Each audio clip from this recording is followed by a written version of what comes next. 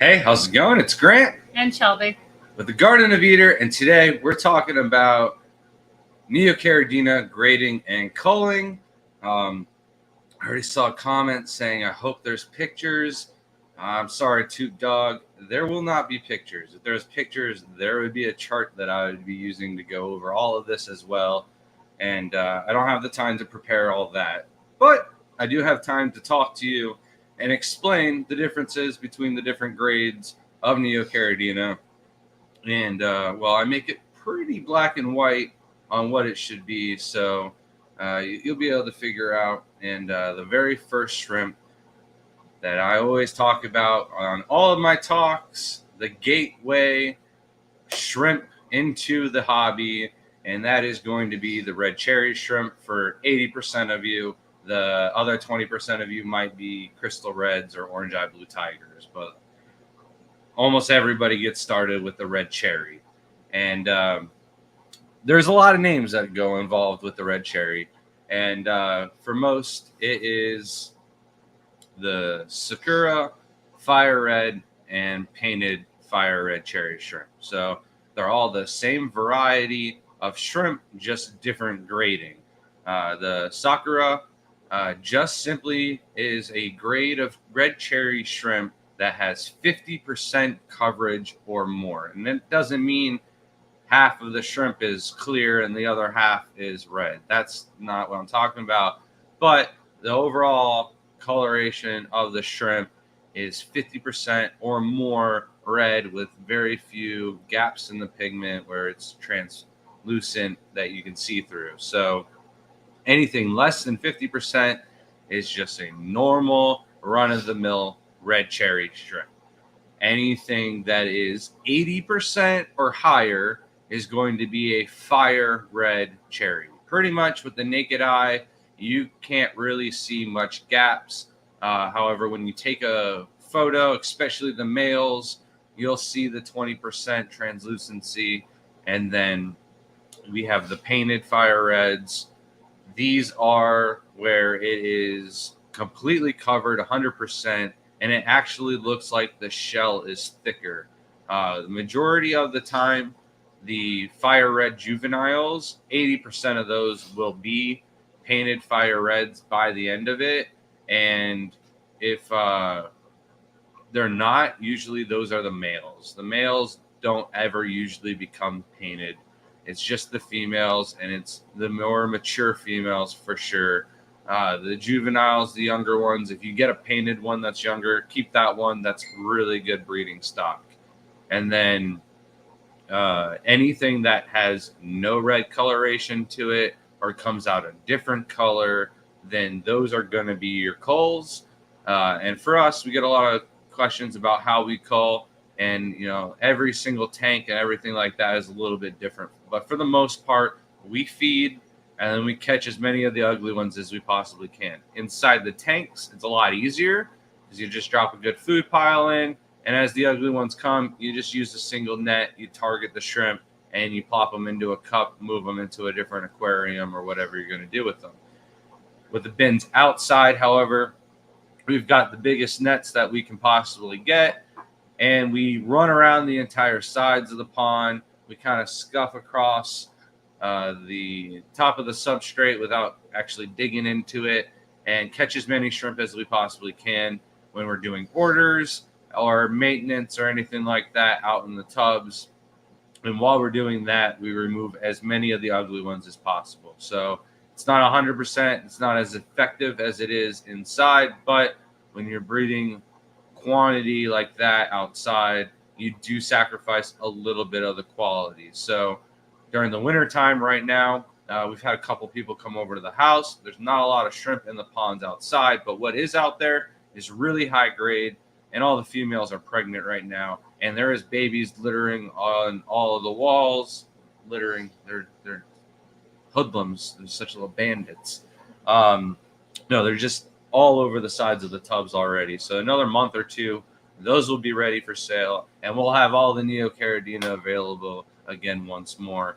But that's just because of the winter months. Everything slows down, and sales kind of picked up before the weather increased and our breeding can increase outside. Coro asked, what color of Neocardina has the most valuable coals? I know blue jelly coals tend to lean red really, for example, and both are pretty desirable. I would say the green emerald coals are the most desirable. We sell more of those, and they sell for the most price. Everything else is cheaper than the green emerald coals, and they don't sell nearly as well. The blue dream coals, they do sell pretty well. So the blue jelly coals would fall under that. The blue diamond coals, we just sell them all together as blue Neocardina coals to make it easier for us just to call them all into one bin. So you never really know what you're going to get with those, but some type of blue genetics. And they sell right behind the greens, but nothing. I'd say greens sell the most. All right. But out of the red cherries, you do get some clear ones, and out of the clear ones, some of those could be red rillies, and that's where you get a whole different variety of shrimp. A red rillie is where you have the red pigment on the head and red pigment on the tail, and then the body is usually clear, and that's just a normal red rillie.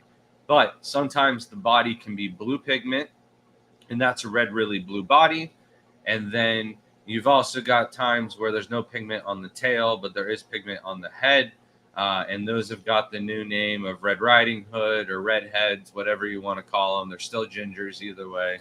And those guys, they sell pretty well for culls. They're just a cull, but now they're a whole new line of shrimp. And they do breed pretty true as far as a rillie does. So there is a market for them. They sold pretty well at the shows too, but in reality, they're just a red rillie cull. When it came down to it, they got renamed so that way they could be resold for more money. And now people are selective breeding them. We've got some nice ones, the redheads with the blue body. So, and then out of those, because the blue pigmentation is there, the rillies throw a lot of different culls. You'll get, instead of red head and red tail, you'll get a red body and then the clear ends. You'll get stripes, you'll get splotches, you'll get full red, you'll get full blue velvet. You can get dark blues, you can get light blue splotchies and stuff like that. But out of the light blue, when they bred the red rillies and they bred a solid blue shrimp, well, that's where the blue velvets come from. And like you had mentioned before, the blue velvets do throw some of the blue jelly, blue velvet. They're both the exact same shrimp, just renamed. But in reality, it should be the sky blue Neocardina shrimp that has no dark coloration to them whatsoever. But the culls tend to come out maybe a little bit clearer because of the rillie genetic. They can have the blue rillies pop out where they'll have the blue velvet ends and clear body. And then they can also have the red coloration to them, like little red head, red noses even. I could see in the future some Rudolph shrimp where they just got red on the rostrum, the nose of the shrimp. And that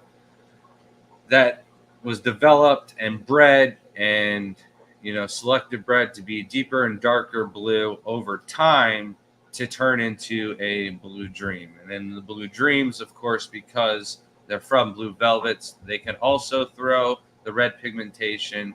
But out of the blue dreams, you can get some blue velvets, but you're not really going to get any of the darker colorations or shrimp or anything like that. The only colors you'll get are the blue dream, blue velvets, and the red splotchiness or some rillies and stuff like that. Also, we're getting a lot of coloration where as the blue dream mature females and adults, the older they get, they can actually get some of that red pigmentation to come over the shrimp. It can look rusty to some people or brownish in color, but give it some time and it'll kind of redden up. And that's just kind of, desirable to a lot of people. It's all on your own opinion on whether or not you want to cull it and remove it. But one thing I like to mention is the shrimp with the more colors, the more value on the shrimp. So if you have a Neocardina with one color, only, it's only going to fetch $4 or $5 at the most. But you throw on 2 different colors or 3 different colors, then you can start to get into the $10 per Neocardina shrimp, where they're super easy to breed. They breed really fast.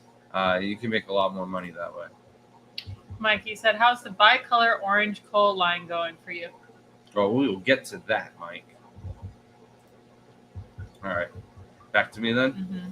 So, out of the Blue Dreams, there's really nothing to go forth other than the rusty red coloration. There are the Spider-Man shrimp, or the red and blue coloration. There's kind of splotchy, different pigmentations and stuff like that of red and blues only, but those don't really breed true. There isn't a whole lot of them going on.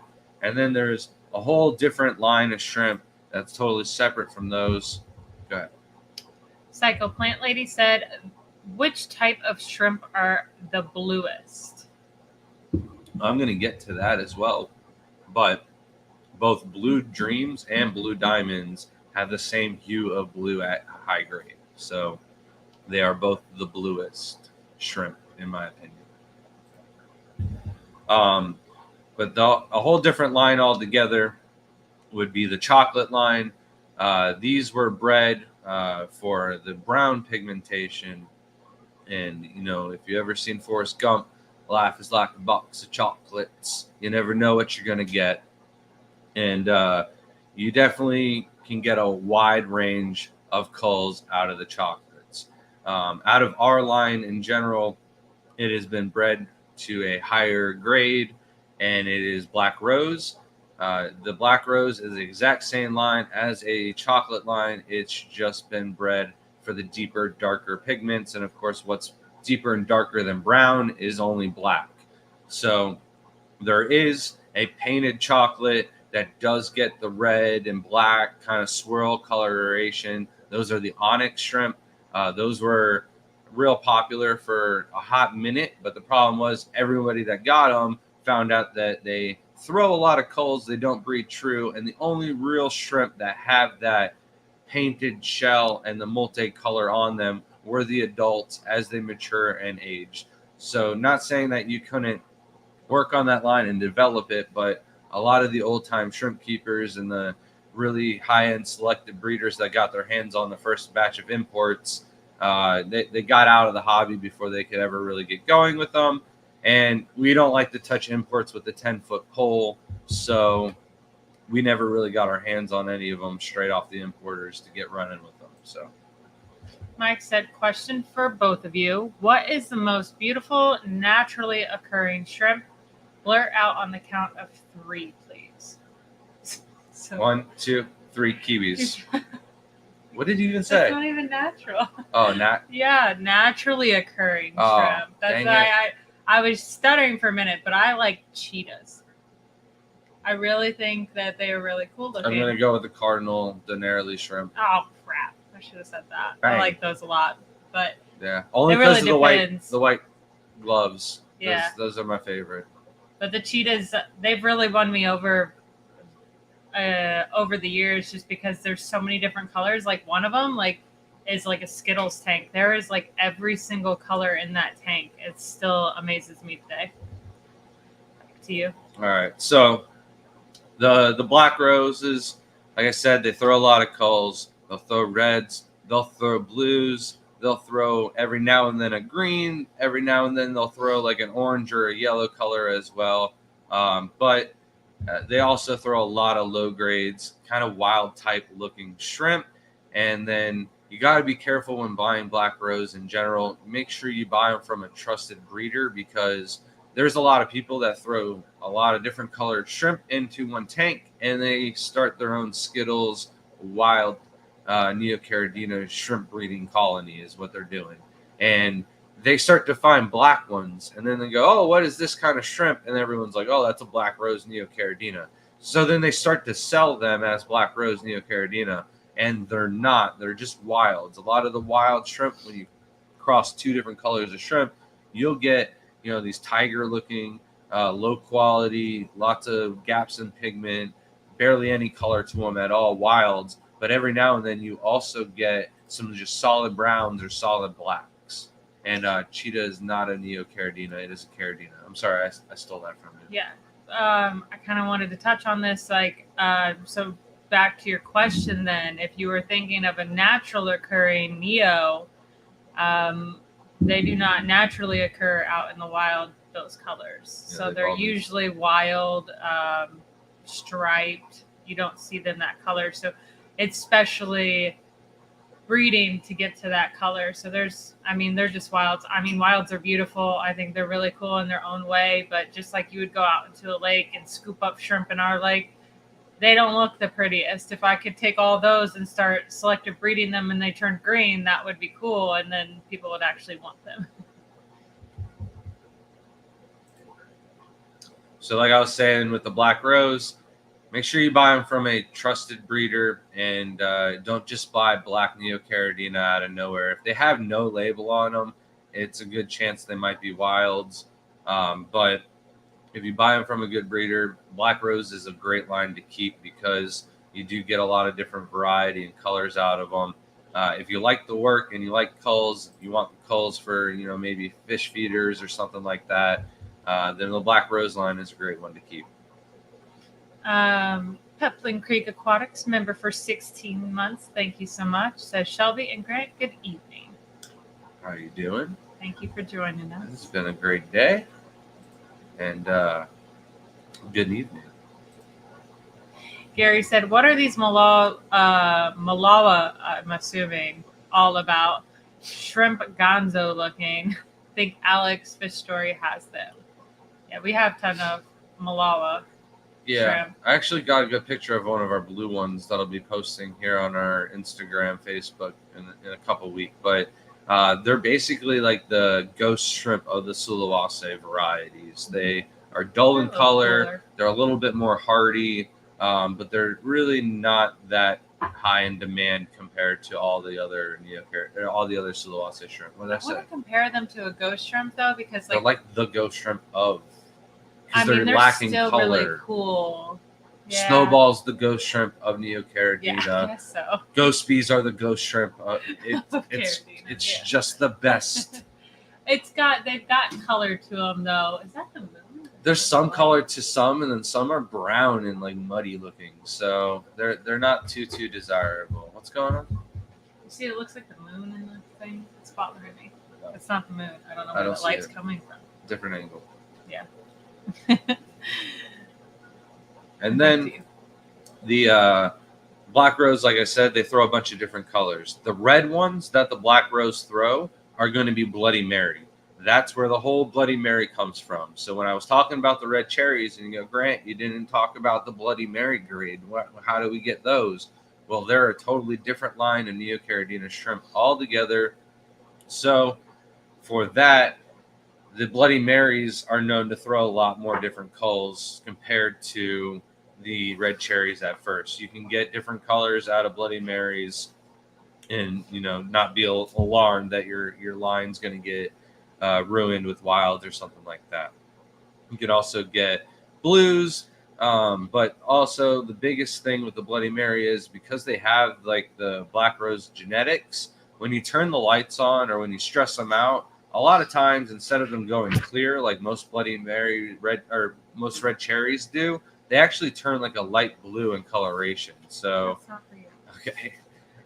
So you definitely, can tell the difference between Bloody Marys and red cherries. If you turn on the lights in the morning and they're blue, you've got some type of line of Bloody Marys. And honestly, to me, a Bloody Mary is just not a pure line of red Neocaridina. It's a mudded up line. So they call them Bloody Marys, so you didn't ruin your grade of red cherries, but because they were new, because they had a different name, they sold like hotcakes, and then the myths started coming out where they have the shorter rostrum or nose, they have 2 layers of pigment, or their tissues red, and those are all myths.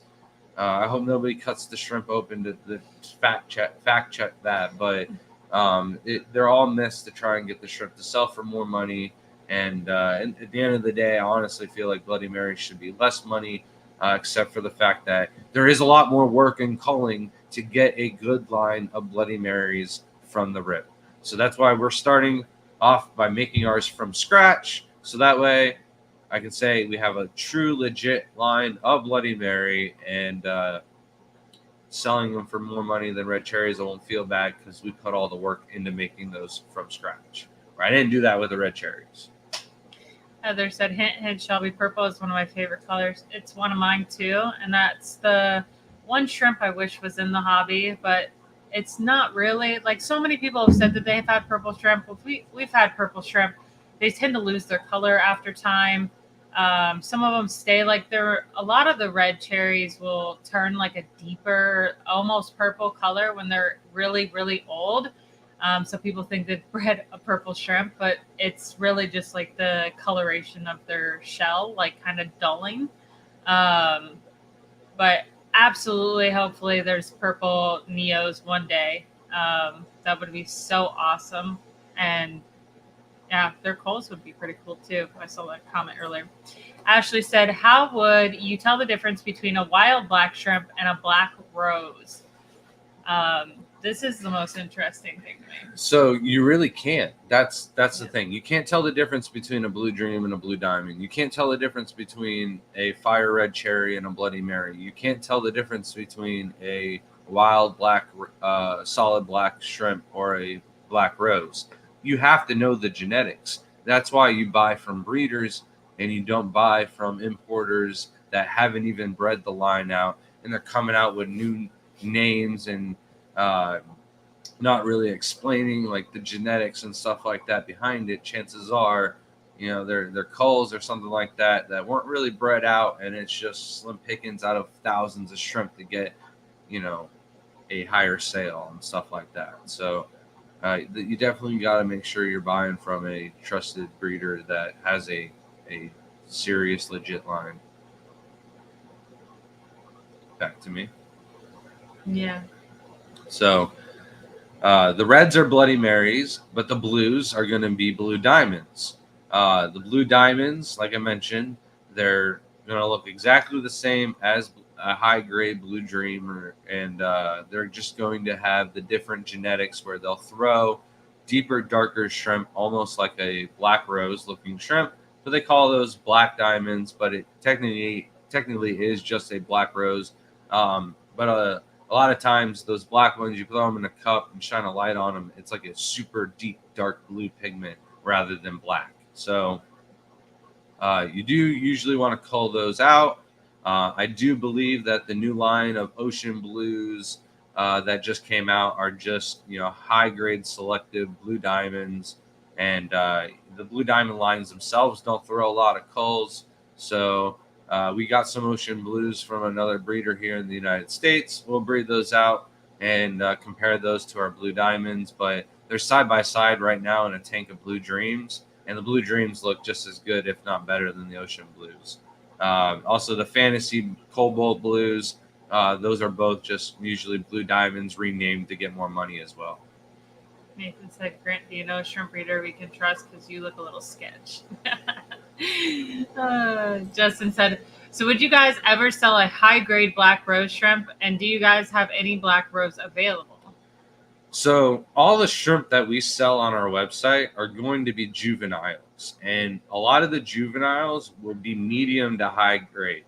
And they're medium because most of the males won't really get too high of a grade, and you want to get a mix of male and female in there. So if we just selected the highest of all grades, there's a good chance you'll only get females. So we do a mix of medium to high grade. We call out all the low grades. We call out all the culls for sure. And all the black rose that we sell on the website, if you keep them on black substrate, a majority of them will be high grade.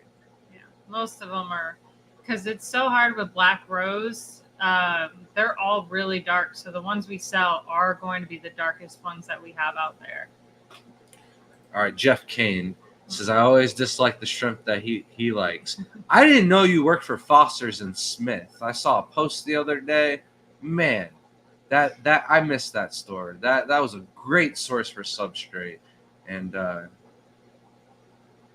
that's incredible. I didn't know you worked there. That was it. That was it.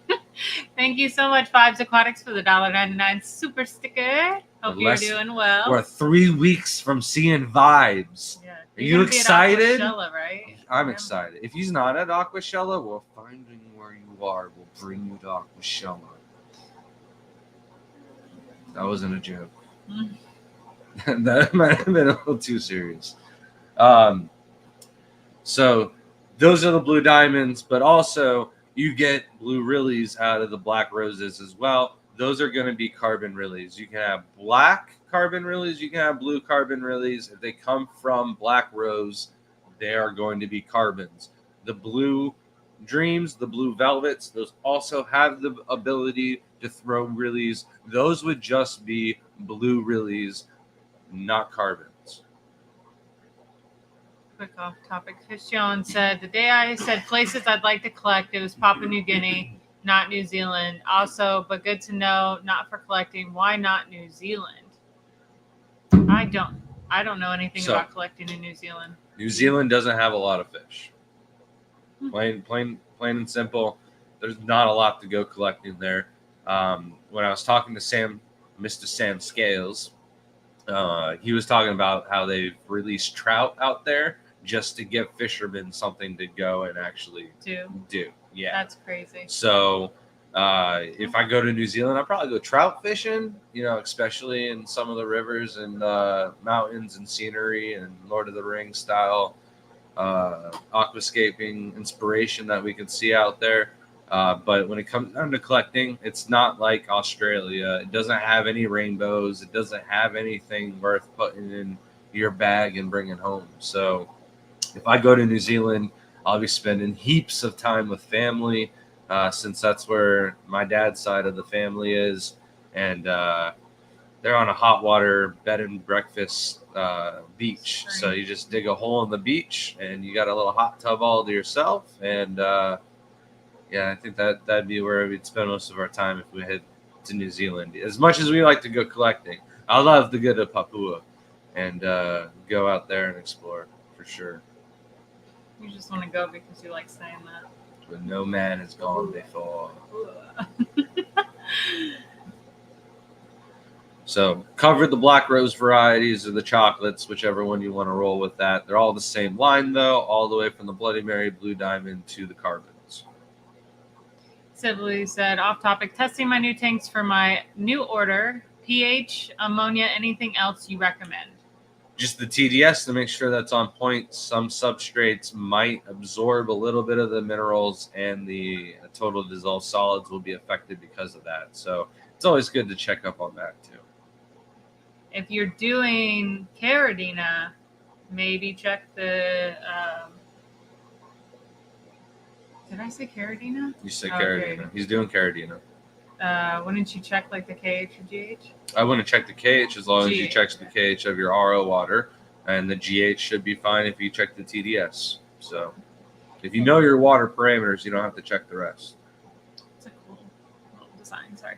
Hagen said, we bought a pack of Skittle Neos off Amazon. They are breeding, of course. I want to separate them by color. Is that a good starting point?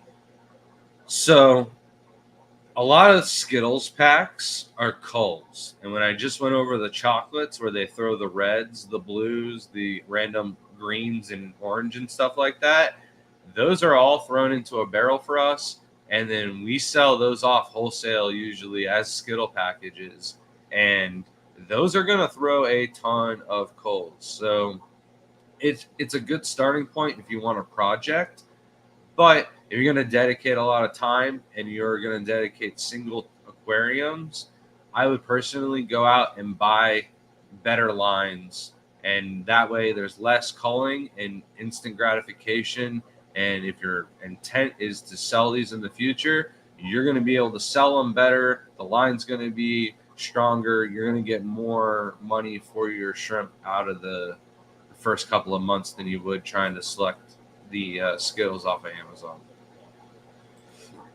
Nathan said, what would I get mixing yellow Neos and orange? Some of the orange look more yellow to me. So more than likely, you're going to get wilds. There is a possibility that one will over-dominate the other and you'll end up with one or the other. But when we tried this, we got wilds. So And then Justin said, are ghost shrimp like a mono shrimp in that they cannot breed in freshwater, or can ghost shrimp breed in freshwater? I keep buried ones, but not finding young. So ghost shrimp is a common name. It's not a scientific name. There's 3 different types of ghost shrimp alone here in Florida. Some of the ones have a ton of eggs, and you can tell those are the brackish saltwater live ones that need to breed. And more than likely, the ones from the pet stores are going to be those because they produce so many babies. And you can go to a lot of seawalls here in Florida and take a dip net and get 1,000 of them in one scoop. So a lot of the ones that are sold wholesale out to pet stores and stuff like that are the ones that can't breed in freshwater. However, there are ghost shrimp out there that do breed in fresh. They're bred in very small numbers compared to the rest. They usually sell them for more money, and they're not as common. So look at the amount of shrimp eggs that your females are holding. If it's more than 30, chances are those aren't going to breed in freshwater. But if it's less than 30, it's a good chance that you should be able to do that in a freshwater tank with no fish and like a sponge filter or something like that.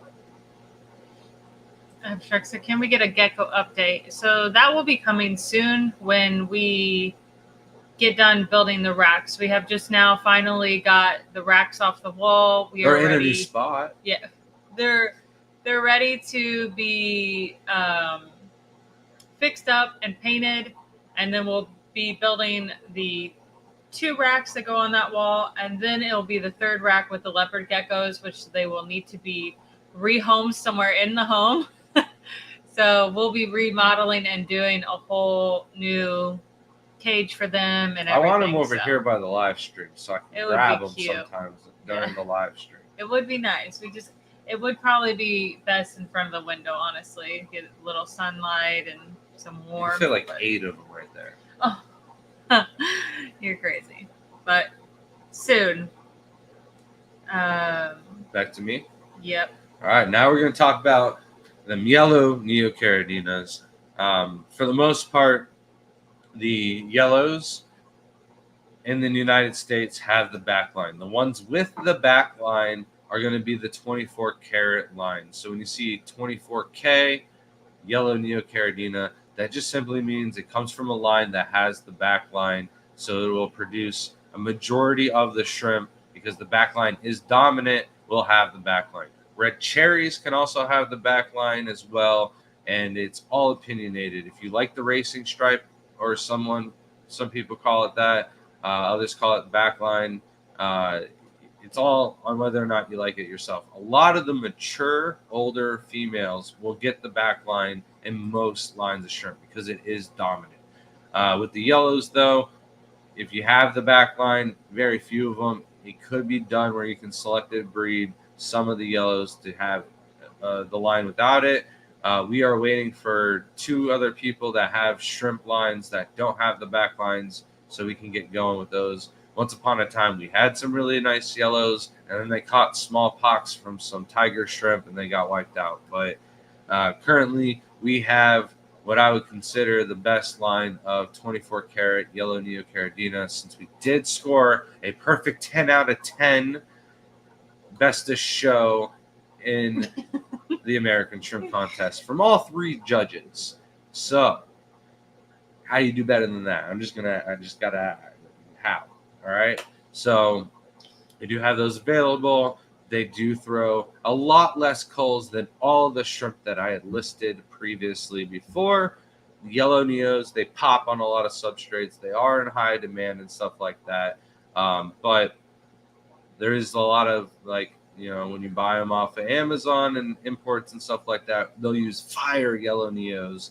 And technically, fire should only be a term used for the red Neocardina. But basically, when you hear the term fire, you have to relate back to the red cherry grading scale, where it's 80% pigmentation or better. So basically, it's like the Sakura grade for the yellow Neos, where it's just not low grade. They're higher grade, majority of them. So there's also possibility of yellow Rillies. Just nobody really has them yet. For us, we've gotten a couple, but like as they mature, they turn out to just be solid yellow. So So far, we haven't had much luck with breeding out Rillies. Shelby says there's a couple more of them outdoors in the ponds. She's been in charge of all the ponds basically for like the last year and a half. However, I've been going out there and like tearing everything out. We're remodeling stuff. But the yellow Neo pond will not probably be touched until the very end since it's like booming. So we've got. Why'd you do that? I'm just curious. Someone asked about them. I didn't realize we didn't put any of the fish that we do have back on the website because they've been too cold. I don't want those to sell. That's why I asked. Just sit there. I want to breed them. I want to put them outside in the tub. Did they ask about those specifically? Mm-hmm. Oh, I'm sorry. But maybe we'll get more of those from Richard in the near future. So with the yellow Neos, they don't throw a lot of culls. They're a great shrimp if you want to get started. I recommend them over orange. If orange is your favorite color, though, then you know what else are you gonna do? I'll talk about orange after we talk about this. Coro said, if you did come up with a purple Neocardina, what would the name the strain? Hulk stretchy pants, violet violence. I think we would just call them purple Neos. I mean, purple people eaters. We just keep it simple. There's not like some fancy. Most of them aren't that like crazy. If you wanted to get like fancy, maybe just like, I don't know. It depends Purple on the color eaters. that you were able to get. Honestly, that's not bad. That one's a pretty good one. I like that one. But like, I want to say a violet if it's not like a violet purple. Like maybe it's more like a grape or more, I don't know, closer to a different color. But I don't know. That'd be cool. Joe said, what happens when a female cherry shrimp molts but the eggs are not fertilized? Does the female keep the eggs in the saddle or does she purge them every molt? She keeps them in the saddle. If the eggs aren't fertilized, they just kind of chill out in the saddle until they are. Hagen says, are 5-gallon aquariums a good size to sort our Neos? Yeah, if you're just holding them down and, you know, you're not really looking for growth rate and a lot of breeding, 5 gallons are good holding tanks. We usually recommend 10 gallons, though. That's usually the cheapest option, too. Even 5 gallons, like 10 gallons, they're on sale most of the time, and they go cheaper than the 5 gallons that don't go on sale with that. Yeah. Ashley said purple people eaters. That's funny. No, not eaters. Eaters. E-D-E-R-S. Our last name. I know that. Okay. I know what you said. I'm just saying that. It's kind of hard, though. It's too close. I saw Grant funnels money into ice cream. Yeah, we're going to skip that comment. He says our money, like the one they give us. Psycho Plant Lady, I did post down Zen was way ahead of me on that too. But the website at the bottom there. Let's go down here, sorry. Where are Dr. these? Orange? Give me a second. Okay, I'm sorry. It's just, this is not, why won't I just pull it up? Here we go. Thanks again, Vibes Aquatics, for the $1.99 super chat. Says Aquashella. Bring it on. Can't wait. Yeah, I'm looking forward to it. Happy you're going to be there, Vibes. 3 more weeks. Let's go. Dr. Anthony said they would not let Grant into Peru. Looks too Amish. They let Dante's dad into Peru. They'll let me in there. And then Stephen P. Oh, I can never say that. Stephen Thank P. you. 2003 Aquatics. Good job. Congratulations. You did it. Just a professional speaker. I have to do these things. Yeah. I'm the worst. Gifted 5, the Garden of Eder memberships. Thank you so much, Stephen P. If you were gifted one of these memberships, you can email us at thegardenofeder@gmail.com, and we will send out your members-only holographic sticker and your discount code to our website. And I will put the email at the bottom of chat. So Speaking of our website, we did catch up on that. We do have 3 more days left of our sale where all of the culls are buy 10, get 4 free, and everything else is buy 10, get 3 free. Check out the Galaxy Pintos, Calcios, Tybes, Tang Ties. Everything has been cut down on price. It's like a Black Friday sale almost, so go check out the prices. Back to me. Can I talk crap about the oranges now? I guess. All right, so oranges in general are like the worst lines of Neocardina in the hobby. I think it's like orange is like the least favorite color overall. It's not a lot of people's favorite color, and because of this, there isn't a lot of people that work and focus on this line. In general, it just produces a lot of culls. I remember when we first bought our orange Neocardinas to start working on them, I bought from 6 different sources, 20 shrimp in each bag, and I kept maybe 12. So like 2 shrimp from each bag to start our original colony. So, and then I've had the most ups and the most downs with the oranges. We bred them up, got them really going, and then a dragonfly nymph ate them all. And then I got them up and really going, and then I broke my leg and left the water running too long and wiped them out. So, working from the ground up, Shelby's actually been kicking them kicking the culls to the curb and working on the line now, and it looks great. And I've actually got some in one of the Sulawesi tanks with the Malala shrimp. So yeah, I don't know what it is with oranges, but we do not have good luck with them. I actually had 3 bins of them going last summer, packed full, and no problems. Finally got them on the website, was selling them left and right in the culls, and then they just kind of disappeared. And I think it's because it's cold, and I think they do struggle. So there's a ton of them out there when Sabu and Harley was thank looking God. That's at what I was worried about. It is getting warmer, so I feel like in the next month they'll all come back, and I'll have to work on them a lot because you can't cull that great during times where they're not coming out or for food or anything or not moving. I feel like the oranges are a little bit more sensitive for some reason, and I don't know if it has to do with their pigmentation. That would be really interesting study to do, but like our yellows outside do great, but the oranges don't do as well, and they're in the same exact parameters. I just don't understand it. So, but they love to give us problems. Maybe we just have bad luck with orange. And it's all the time you say orange is such an ugly color. And Lady Diane said Tillamook Marrenberry pie ice cream is in the freezer. I'm surprised he's not grabbing the keys and driving up to you right now. He's already talking about how much he wants to come back. Like, how far is Missouri from Texas? Is that we don't doable? have time for that. Just Sunday night, just drive up? No, we don't have time for that. He is excited to come back already. There's another really nice aquarium that I saw Forrest Gallant do a tour of, and I was like, oh, I didn't know about this. I would have tried to like stay an extra day to go do that. Are you finally to this part yet? Orange red Neos. It's coming up. We're almost there. So, with the orange Neocardina, you do get a couple of different grading names. The Sakura comes up again, just 50% coverage or more. And then the other one are the pumpkins. The pumpkins are just the same exact line of orange Neocardina, just for the most part.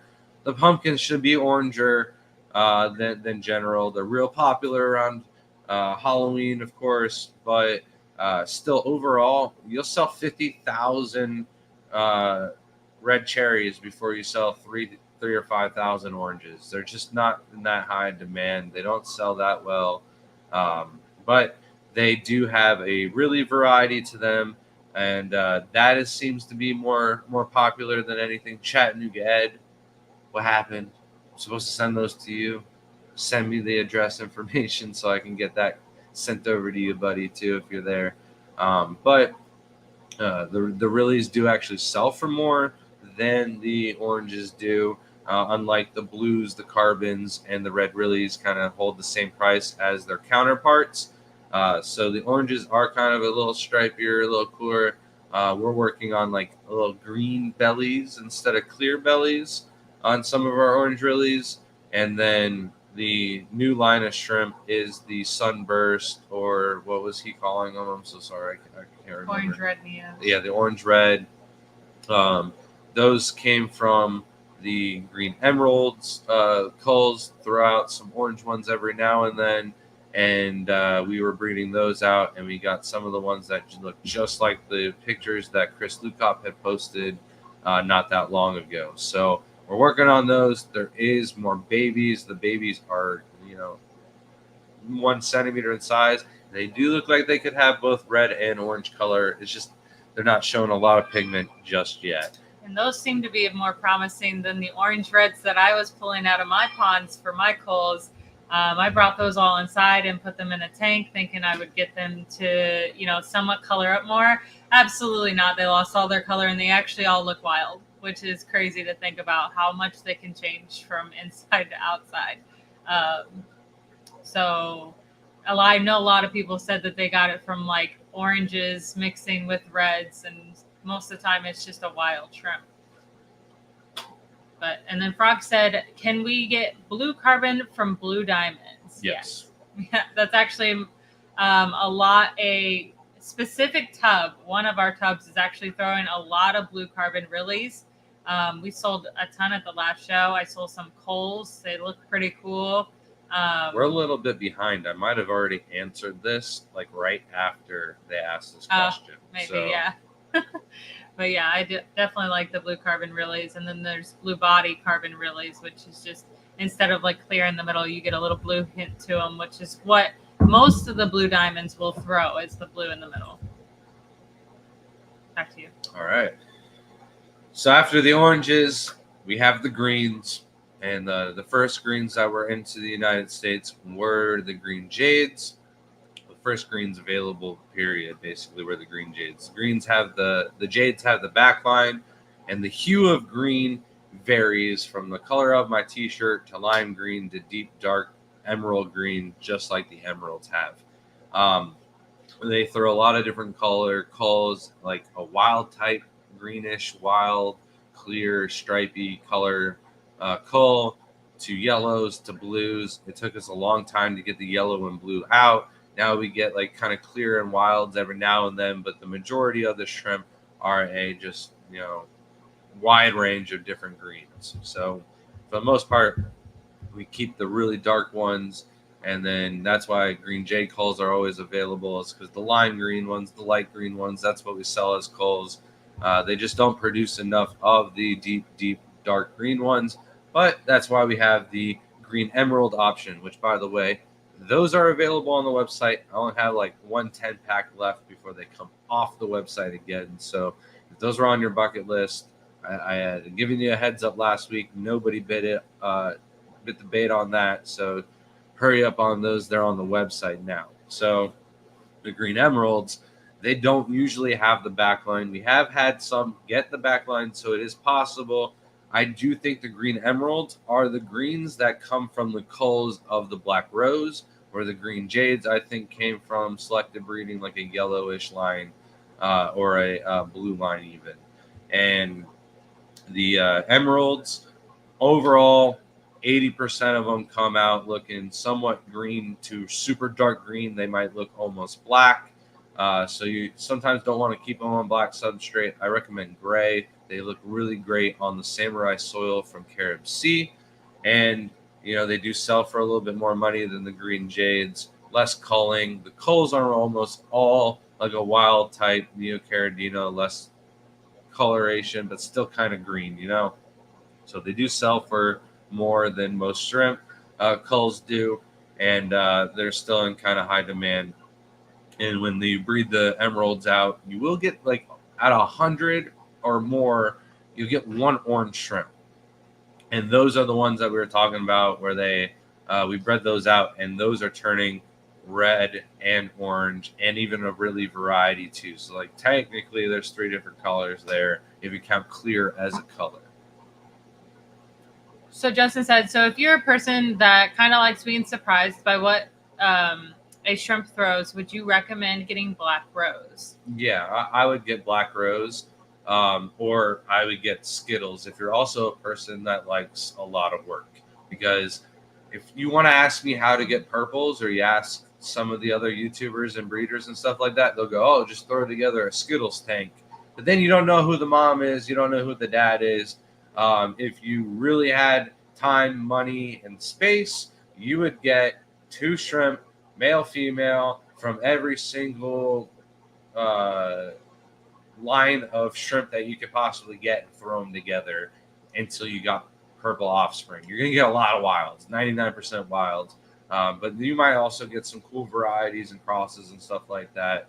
A lot of people will say, oh, don't cross your shrimp because you're going to get wilds. Well, on the other side of the world, there's somebody that's crossing as many shrimp as they possibly can to get as many new varieties of shrimp. So you really got it both ways.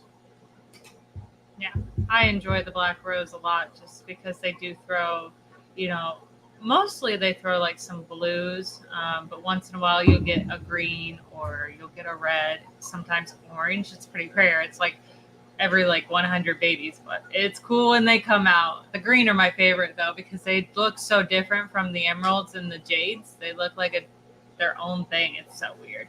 I actually try to selective take all the greens that we ever get from orange. Will throw greens once in a blue moon, which they're just wilds. But I just want to solidify that line because they all originally come from wild. So I thought a green line from the orange or a green line from black rose would be pretty cool. And then Sibley said pH, TDS are good. pH below 6, TDS 155.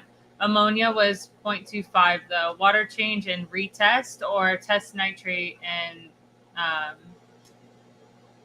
nitrite. Sorry. Yeah, I would do a water change and then add some beneficial bacteria and then retest. Back to you. All right. So the last Neocardina shrimp that I'm going to talk about is going to be the snowballs, and I really left these for last because they're the easiest overall in general. The greens throw a lot of culls. The blacks throw more culls. The Rilly varieties throw the most culls. I forgot to talk about the green emerald Rillies. We do have those, and they do actually have green on the ends and blue in the body. And like the other Rillies, they throw a lot of different varieties, the splotchy ones and solid coloration as culls. But those culls would probably be the most expensive culls out of all of the Neocardina shrimp moving forward and the most desirable, but they're not available yet, even from us. So in the future, that's something that would be a winner. Back to me. You don't want to do this one? So you said, I noticed you stopped selling CPDs. Well, I guess fish in general. Any reason why? CPDs have become my whole life. So we did get rid of a lot of the fish that we did have. Because we are doing the whole swap. So we're going to start off with new stock that will start breeding for me. The CPDs, we are actually trying to currently breed them. We have in a 20-gallon tank down in the hallway, and Grant wants to breed them. And the reason they were off in the first place was because it was winter time, and we weren't able to ship any at the time. So that's why we sold them all off. The ones that we've had for a very long time. They're super plump, they're big, they're healthy, and I would like to set up a pond outside that doesn't have any snails and just a container of moss that floats, and then get a bunch of babies and start producing them and raising them and selling them ourselves. And I want to do a species spotlight video and show people how to raise and grow up a bunch of different egg-laying species that way. So the CPDs are going to be the very first ones. We also get all of our CPDs off of Richard. So Richard, if you're watching and you have some extra CPDs available, we're ready for some of those to start shipping them out. So Mike said, are cheetahs easy to mix with Neos? You cannot. It is not possible. They're two different varieties of shrimp. So if you're wanting to keep two different colors together, you can pick one type of Neocardina and then a tiger shrimp of the Cardina variety, and they do very well in both varieties of parameters. You can even do stardust and raccoons, and there's a very low chance that you'll get any crossbreeding with those as well. There has been some recent arguments that they have crossed, but no solid proof though. If I'm gonna just set that in stone, But if you just meant that if they can go in a tank together, you could. yes, they could go without interbreeding and would be fine. Cheetahs are the hardier of the Caridina. They're just not going to breed as fast, so it really depends on which Neo you also get. They might outcompete one another. So you'd want a larger tank. Like I'm thinking like 40-gallon tank would be successful to house 2 different types of shrimp.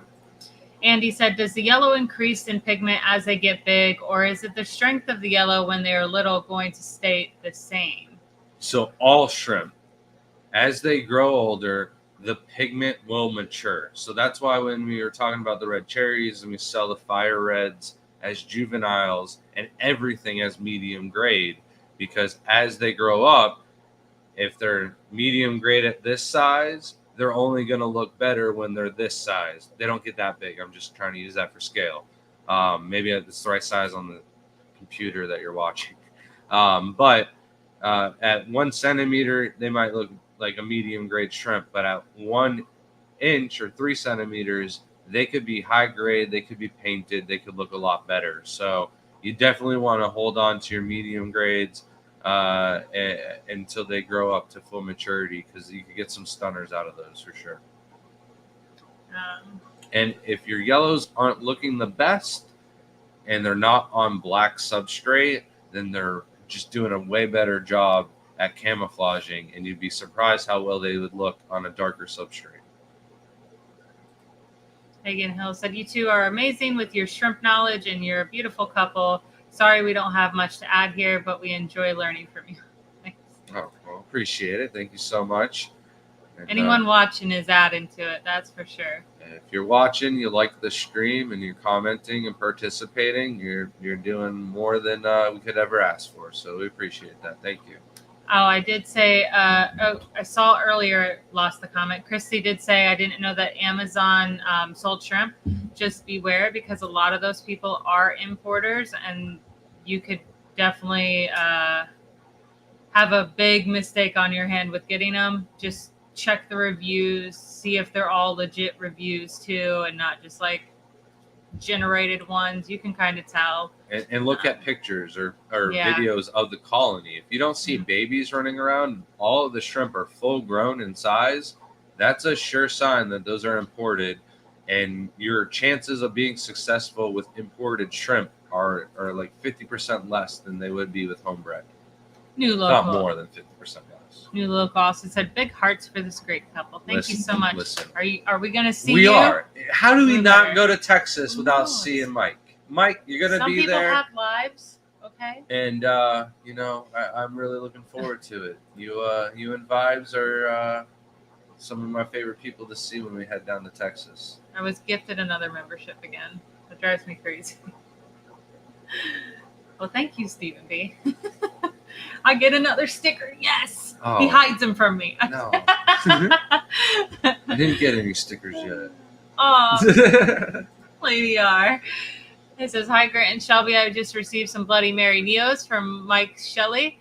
As they breed, what traits are most desirable? Thanks for any feedback.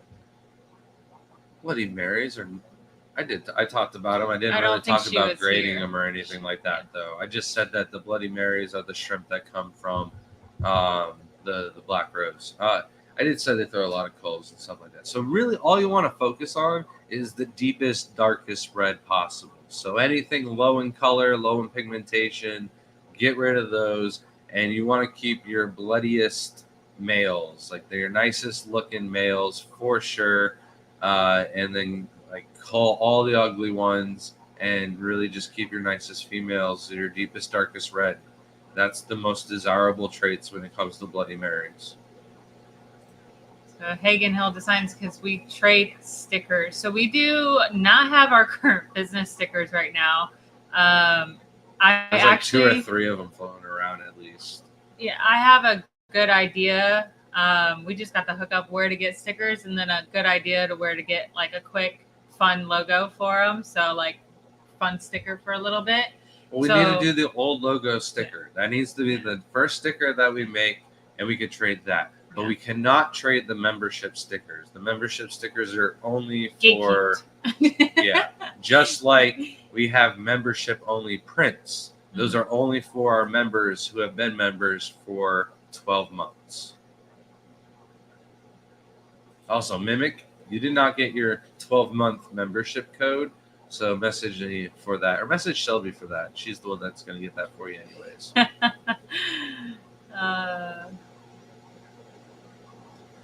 Back to Snowballs.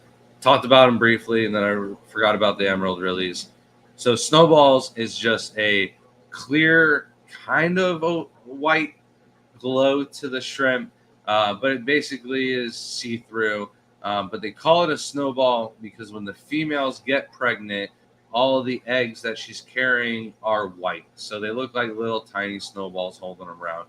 Snowballs throw no culls. They all come out looking exactly like the adults. So there really isn't anything to work with and cull or grade or anything like that. So when people ask me for like better pictures of the snowballs, you could literally Google snowball and pick any picture. They're all going to look the same. I'm reading as fast as I can this time. You're done? Yeah, that's everything. But what is this in your hair? Why do you have Sam Scale prints in your hair? Oh, we're gonna have to give these things away. So stay with me, Shelby. Come on, people want these prints. Stay with me here. Oh, so I can't with you. We hit 30K subscribers. Thank you, everybody. We got a little visit from Sam Scales when we were at the NEC after the show. He gave us a little donation of some prints that we can give out to all of you. So who doesn't like pufferfish? And then tonight, of course, we talked about the gatekeepers, the red cherry shrimp. Josh, you don't have one of these. And then a betta, and kind of reminds me of the betta Shelby got at the NEC, but red instead of a blue highlight. So we got 3 prints to give away for the 30K subscribers, and yeah, first person will get the pick. You email us, let us know which one you want, and then the second person will get the choice left over, and then the third person will get whatever one is left over. So, hashtag, what is it, Shelby? Scales. Hashtag scales. That's SCALZ, scales with a Z. I'm really doing the radio voice tonight. I don't know if it's working for me or not. No, I'm just kidding. Bugsy Craftworks has found a blue-green jade with a red backline. Is this a thing or is it an issue? It's not an issue. It might be insane, though. The green jades threw a lot of backlines for us. But also, I've gotten some really rusty, oranges, almost red kind of capes, not really backlines, like speckling dust across the back of the shrimp, and our emeralds as well. So it's not an issue, but if you have the room and you've got more of them, or you've only got one of them, crossbreed it with one of its other siblings or something like that, and try and get more of them, because I think that's a killer shrimp that would be high and desirable. Nathan said, "You guys are cute and all, but I don't understand a word you're saying." That sounds like the old turtle from Finding Nemo. Said, "Would y'all ever add pictures of the shrimp you're talking about?" It would be nice. It's something we would do an actual video on, not a live stream. Most of the time, we are like last minute getting everything ready for the live stream because we're working all week. But we are working on videos slowly but surely. Like, we have parts of videos starting. And that would be eventually a nice video. We're trying to work with someone on doing our own grading chart. That's going to take a while, but it's something we would definitely do in an entire video of like showing the differences. So at this point, we are so busy that these videos would be great content, and I wish I had the time to knock these out of the park. But if we sat and focused on that, we wouldn't have gotten the stand done. We wouldn't have gotten most of the other stuff done around the house. So the next video that's going to come out is we're doing a high-tech, high-end Carabina shrimp setup. We're just setting that up. So while we're setting that up, we're filming it. We might do an Opa Ula spotlight video just because I have to fill up the tank. So while I'm filling up the tank, it's an easy 5-minute video that we can put together and put out there. On top of that, we're building a stand for Shelby's room. So we're going to do what we call the TGOE stand, and it is the simple 36 10-gallon aquarium tank stand that, it's very basic, very simple measurements that we throw together all of the stands in the whole house basically off of this design. So I'll teach you why I do these designs, as well as how you can modify it into 20s, 40s, whatever you want to build your stand in the future. And I'll explain basically all the ins and outs on how I have zero experience and shouldn't be the one explaining that to you. But I do it anyways. So Travis said, is there a Galaxy Neo, the spotted print, or are there mostly solid colors? There is no actual spots for Neocardina. I've seen a couple people post some Neos with some like whitey spotted patterns, myself included, but like they never really like held the color. It was like always like a molt issue or something like that.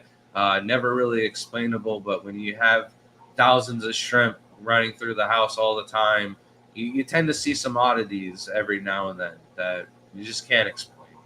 Yeah, we've actually seen like Rillies do that. Like our green Rillies seem to have like this real like glittery shine, but it's almost like the rust color to them. That's the closest I've seen. Or green emerald, or not green emeralds, the green jades get that yellow backline, and sometimes it kind of like trickles down, but like not really. Most of them are solid colors, and I think the main thing for that is that Neos aren't crossing with each other to create like that double pigmentation that you see in the like Taiwan bees. So you're just not going to get that in Neos, which it would be cool, but most of the time you'll get a wild if it's got spotty colors or yeah. And Amanda, hello from Australia. So cool to see when people from different parts of the world are watching. So cool. Thank you. Thanks for watching. And then I refrained from using an Australian accent there for you. You love your accents. You're terrible at them. Lady R said, what would... You need to refrain yourself from any more. I'm going to limit you to only 2 roasts per live stream, please. Can't take it anymore. What would the chances be of Bloody Marys and Blue Diamonds eventually throwing something purple? Just thinking of basic primary to secondary triad. Oh, goodness. Do it. You asked the next thing, is it worth trying? Yes. Fun fact, we tried this 9 times and got wilds. And I was like, you know what? I'm going to do it one more time. Different lines of blue dreams. And it doesn't really matter if you do blue dreams or blue diamonds. I think you can get the same end result. But again, 9 out of 10 times I got wild. So you might have to buy different lines of Bloody Marys or blue diamonds. But I like the blue dreams crossed with the bloody berries more than the blue diamonds, simply because it's 2 different lines where technically Bloody Marys and blue diamonds both come from chocolate. So you're not really mixing anything there. But again, you never know what you're going to get. That is a possibility in a way to get purples. But when we cross our blue dreams with the Bloody Marys on attempt number 10, very first generation, we got purple red Rillies. So they were definitely worth the cross, the effort, and stuff like that. But the problem was, after we bred them back with one another and tried to refine the line, they just got like deeper, darker blue in the middle and less red, purple on the outside. So we went backwards, didn't really get more purples after a couple generations. So they're non-existent now. It's something I'm going to try again in the future, or maybe we'll get purples out of just breeding them out. But yeah, if somebody wanted purples, red and blue is a coloration combo that I would try out. Mikey's Fish Tank said, Shelby, you ever get pseudomcgills going? So no, I don't know why I suck with pseudomcgills. And we even got the coolest pseudomcgills in the tank. But I do have mostly males. We don't have any live foods. We don't have mops in the tanks. We got too many. Well, we have mops we have plants. And it didn't work. So like it's just we're not suited for the pseudomcgills to play musical chairs. I'm trying to play chairs. Oh man. Yeah. I'm getting it tonight. Yeah. But the fish room is on its way, and then Shelby will have zero excuses once that brine shrimp hatchery is going. So I believe that we'll be breeding pseudomcgills and killies and something else that needed the brine shrimp. No, I'll think of it later. Probably not the rainbows. I think the Epistos. Oh my goodness, you and your Epistos. He loves those. They are really cool. Like, I actually do enjoy them in the 55. The pseudomcgills that we have are absolutely, like, I never thought I would like them as much as they are. I was like, oh, there's no way. It's going to just be like a little red. And all these things I can see from the kitchen. And I'm like, what are those? They had colored up so much. I am super impressed with them. I just really hope we can get those ones going. Zen, member for 23 months. Holy cow. Says, oh my God, 2 years is like 3 weeks away. Time flies. That is insane. When I think about YouTube member time, the time has been flying. Yeah. I'm like, no, there's no way. I'm like, how? When there's a show in 5 weeks, time flies. And there's always a show in 5 weeks for us at this time of the year.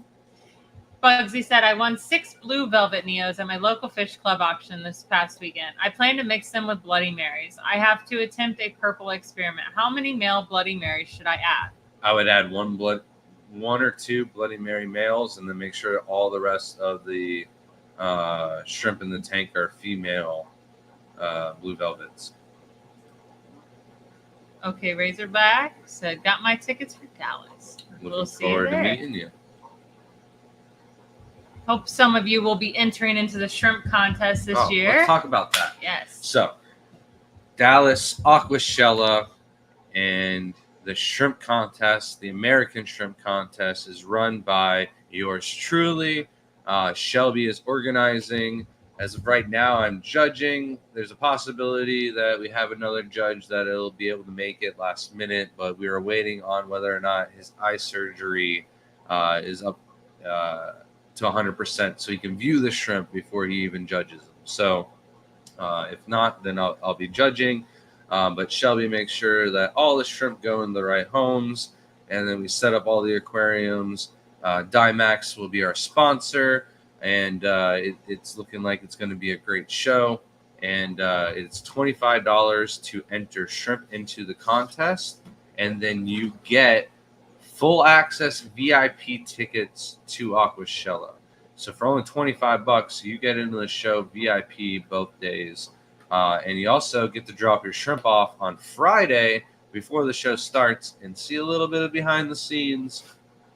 But, you know, that's always fun, and not everybody enjoys seeing behind the scenes because you can't buy things early, and you want to, but you can't. So it's a teaser. Lady R, member for 16 months. Thank you so much. Says, thanks for the feedback, Grant. Much obliged. You're welcome. And then Lady Diane said, I still don't have a member sticker. Sigh. So can you just send us an email with your address, and I have a whole box prepared and ready to go to you. We actually bought you something forever ago, and then I was bought like, it again. I was like, we're gonna buy this again, and bought another one. So we have been wanting to. I don't know what happened in communication or why we forgot, but we do need your address, and we do have a box ready to go to you. I know we could pull it up, but if you could do us a favor and just send me a little email, please, I appreciate it. Jeff Kane, member for 23 months. Thank you so much. It's crazy. We are getting close, Shelby. Yeah, we got to figure out what we're doing for 24 No, I months. have it. It's Yeah. just whether or not it'll get done. So I did a little estimation with the last one. We didn't get it until 28 months. So by the time you're at 38 months, we'll have it. So, Craig's member for 15 months. Thank No, you not so 38 much. months. I'm sorry, 40 months. We'll have it. I wonder if anyone ever got the shirts from.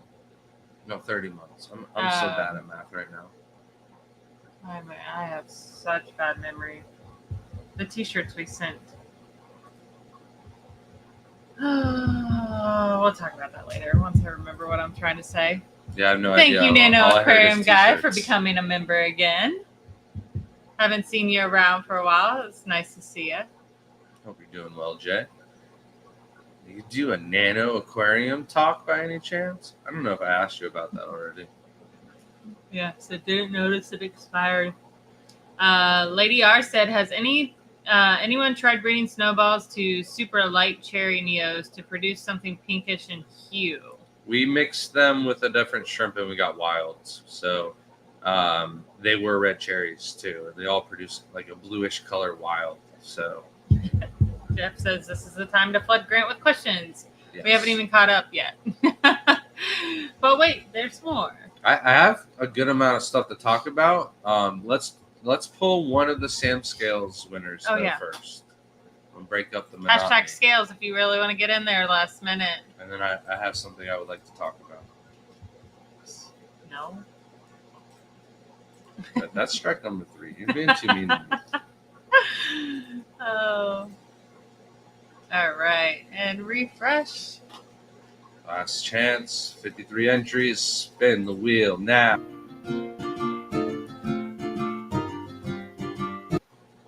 Mikey Fish Tanks. Fish Tanks. Congratulations, Mikey. Let us know which one, and we can bring that to the Pasco auction for you, I think. Yeah. If you're Make gonna sure be you there comment next. down below which one you want so I can write it down. And then Grant can move on with what he wants to talk Speaker about. to be announced still. Oh, stop sharing. Me struggling. There we go. All right. So, hashtag scales. If you didn't make it on the first one, we still have 2 more to give away. Oh, we're doing the same thing? Okay. Oh. Yeah, that makes sense. It's easy. Yeah. Normally, I like to make your life difficult, but you're being mean to me, so I'll try to be easy. Oh, he wants the cherry shrimp. Oh, he wants the cherry shrimp, eh? All right. So, we got the betta and the pufas still available. All right. So, we have a whole line of new products available on the website, brought to you by Plamsky Shrimp Farm. We have a bunch of different products. One of them that I like to talk about that we used, and I was like, for sure, this is a product that I need to offer onto the website, and it is Cure. It is an antibiotic for your shrimp. So back in the past, if you had a bacterial infection, I recommended Indian almond leaves and a lot of water changes, and there wasn't exactly a for sure answer on whether or not your shrimp would make it. Well, there still isn't 100% for sure cure, but this is going to increase your chances drastically. When we did this whole move with Plamsky, we had that video. It is our last video that we had just made, posted weeks ago now, maybe a month ago. And we moved a lot of shrimp, like 4,000 tie bees alone. And there was some issues with a couple of the Shadow Pandas and Missouri bags that we brought over, where there's definitely a bacterial infection, and we were losing shrimp every single day. Plamsky sent me some cure, and it took care of the problem in 3 days in almost all the tanks. One of the tanks was a little bit worse than the others and took 5 days, but after that, all of the shrimp leveled out, and we didn't lose an entire colony like I thought we were actually going to. Like I thought all hope was lost until Plansky gave us this cure. And also, when we posted the video, there was several of you who were like, "Oh, is he still going to sell the cure? Is he still going to sell the cure?" And I'm like, "What is this cure? Got to figure this out." I found out about that, got it for myself, used it in the field. I've seen the proof in the pudding. The pudding is delicious. Get your cure today. What's the paper towel thing for? Oh, so glad you asked, Shelby. This is weird that you're Inside the paper towel, he included a little Oh. pipette with the milliliter dosage on the pipette. No. So you don't have to get one of those either. So he wrapped that up in a little, Oh, it comes with it? yeah, Oh, cool. in a little baggie with the magnet. Or- So if you're one of the What? first 10 buyers to get the cure, you will get that at least guaranteed. He included those in this package. Did you announce that it's on the website already? I announced the whole line of Plansky shrimp products are on there, including expendable round basket nets. Yeah. So check those out, guys. Stephen P. said, I was just listening but visualizing Prince being untangled from Shelby's hair. Oh, and Johnny Best, thank you so much for the $2 super chat. Thank you. Appreciate it, Johnny. He liked my tank the best, by the way. Just gonna say that. You didn't see the tanks from the NEC You haven't contest. posted it, your tank. I got a good photo of that tank. No, I did. No, you haven't. You Yes, posted mine. I posted the video with the Crypt Keeper funnel. Yeah, but you didn't post the good picture. I No. want you to post that tomorrow. Fine. Gary said, is culling more frequently better or too much interfere with breeding? Cull as much as you possibly can. The stricter you are on your culling, the higher grade shrimp you're going to have in the end. A lot of the males, the ugly males, can breed as small as 1 centimeter in size. So if you've got an ugly male around there who's young and frisky, he's causing some issues. So breed frequently, or cull frequently. I'm sorry. It's funny, Mike. You said I took y'all in the shower with me. That's some dedication there.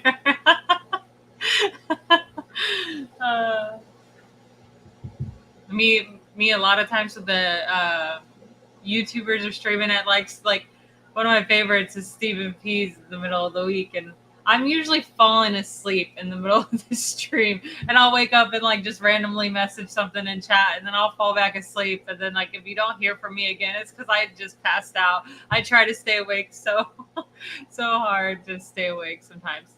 Danikin Aquatics member 21 months says, will you have emeralds available soon? So they are on the website right now. They're available. And if you want them, Kenny, please send me a text message or something to alert me to take them off of the website before they disappear. So it's now a race. If you heard that too and you want the emeralds before Kenny gets them, you got to buy them. Oh, welcome in, Belinda. And then Mike said, how old are shrimp when they show true color, or can they change whenever? It depends on the type of shrimp. Some of the shrimp show their true colors pretty much like the first week or two. Others, they take a lot of time before they mature into a deep and dark enough color that you think they're high grade. And then there's other shrimp like rusty orange-eye blue tigers. You can have a beautiful royal solid blue tiger for 3 or 4 years, and then one day it's going to get a rusty purple coloration on it. So it all really depends on the shrimp, and things can change as they mature. The pigments are only going to get better. It's fine aged wine. It's only 53 of you entered in for the giveaways for the prints. We have the cool beta fish.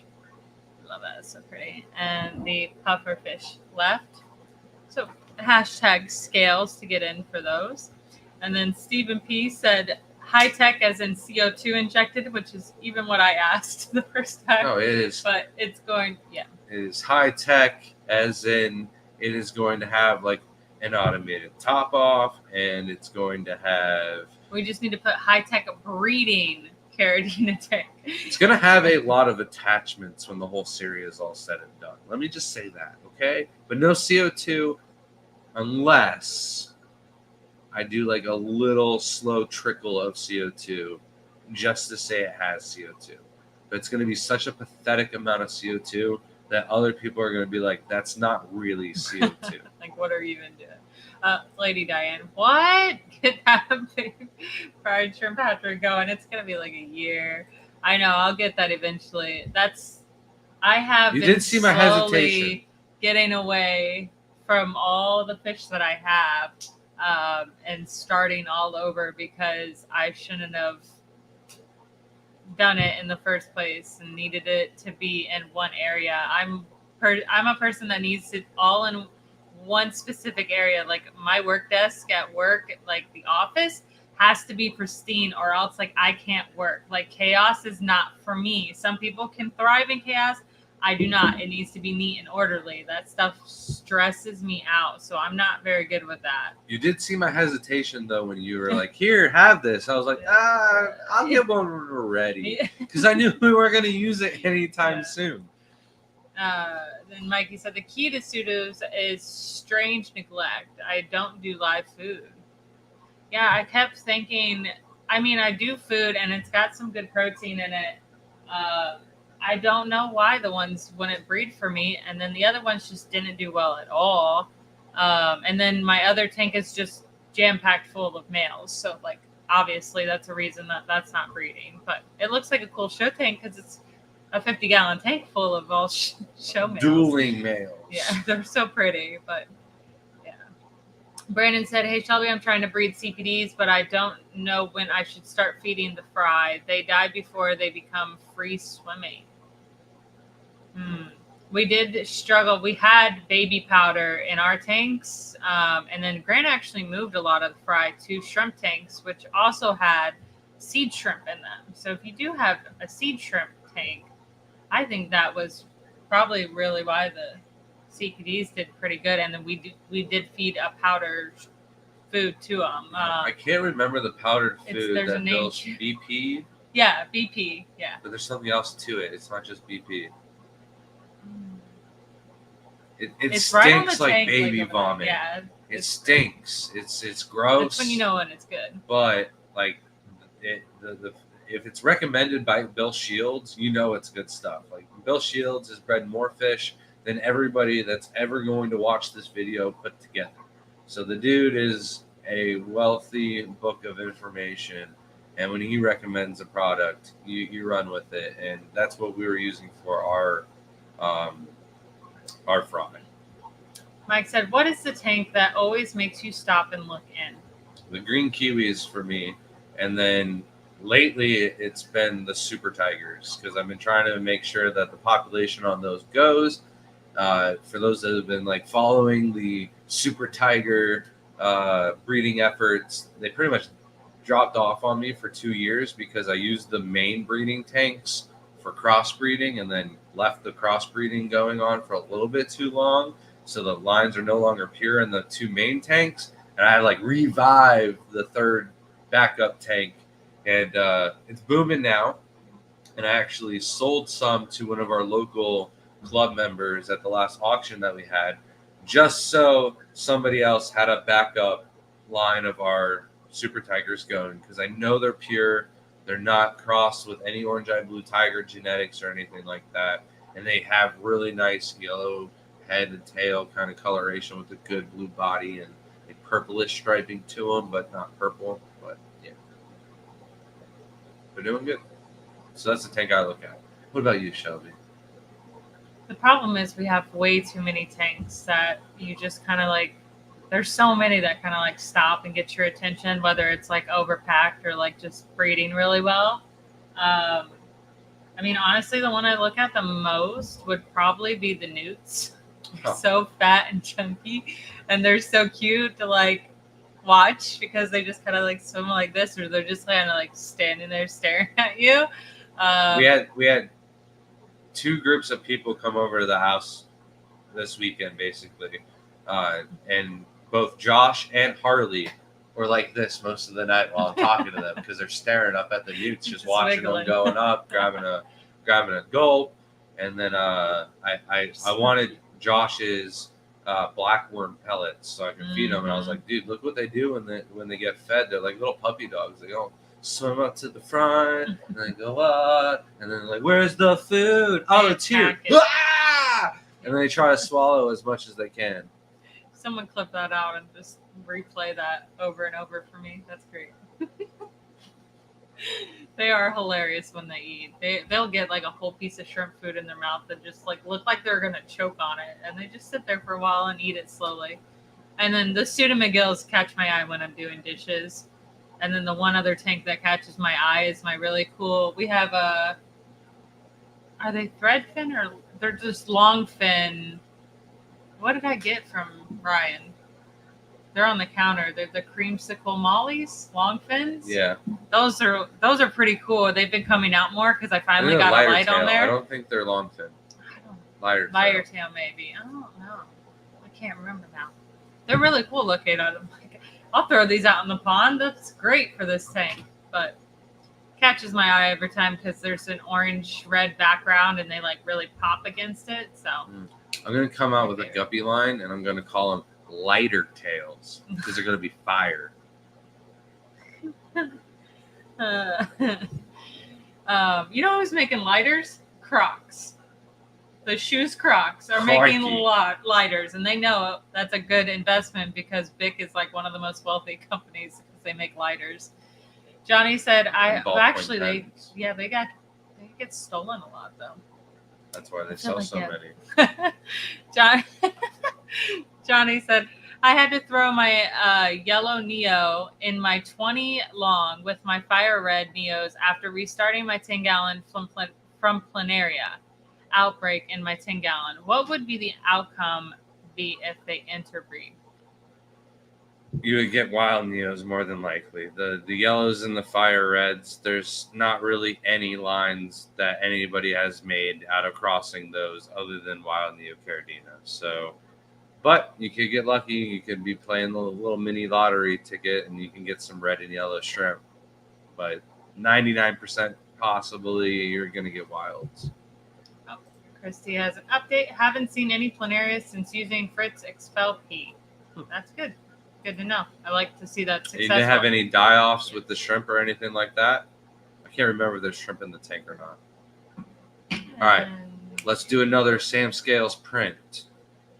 Hashtag Scales. This is your last chance. Not last chance. Well, just last chance for second choice. Yeah, for second choice.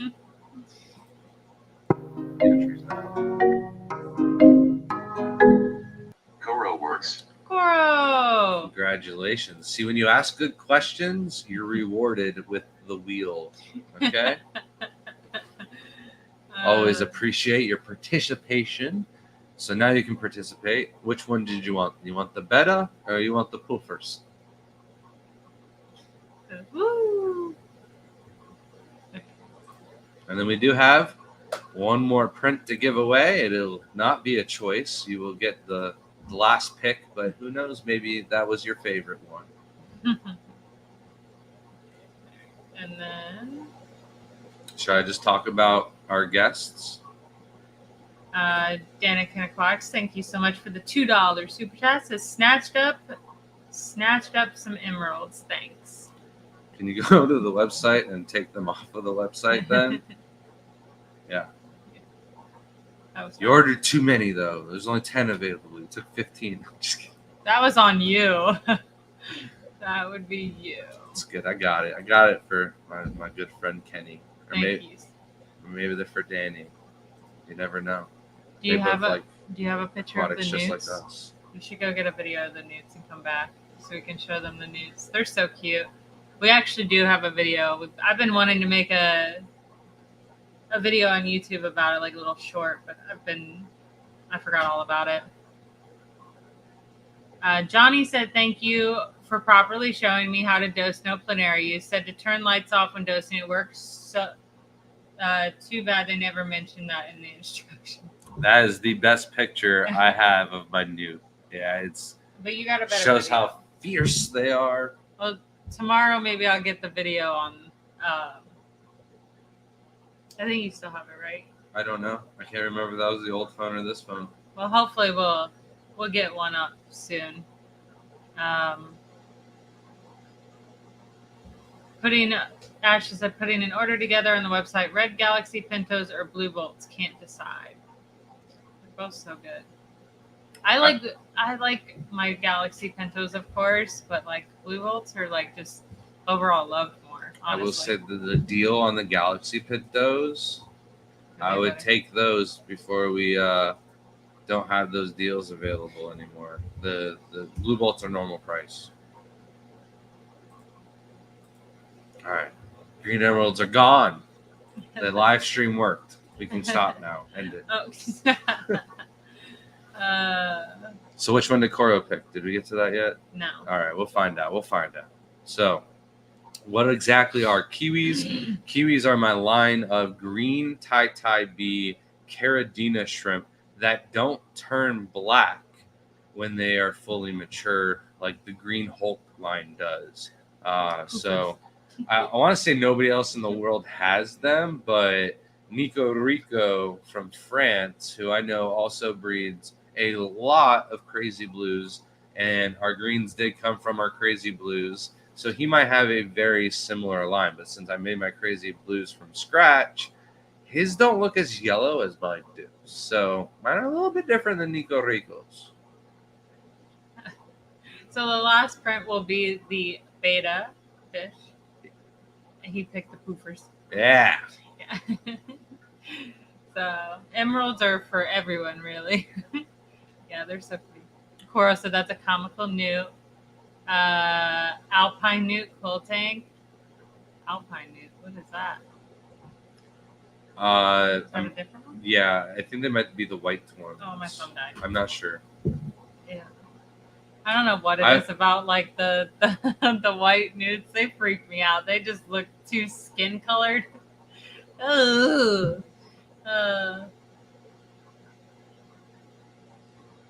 Yeah, they're like whitish with the spots. Oh, those ones are kind of cool. Yeah. Yeah, those are really cool.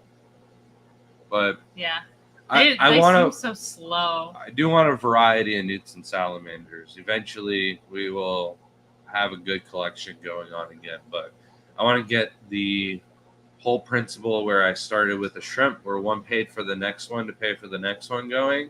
So our Easter newts are breeding, but I don't even know if we can legally sell those. And then the rib newts, we haven't gotten those breeding yet. So I eventually like to sell the rib newts to pay for more newts and then more newts and then more newts until I have all the newts. Mike said, do you give coal shrimp to the newts? No, but the newts go in the coal shrimp tanks. So yeah. And they don't seem to be eating them. There's definitely ate some because there was a lot more red cherry shrimp in the big newt tank.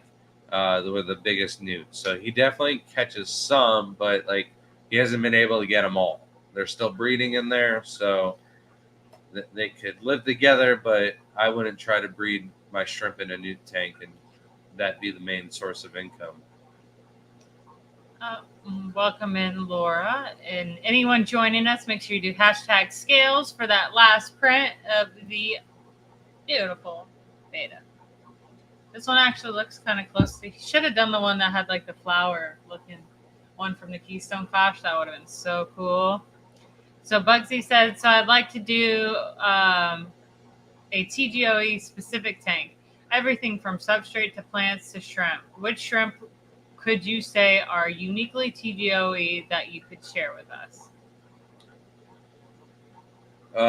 The yellow lemon heads or the headless horsemen, I would say are for the most part us. Nobody else in the United States has them.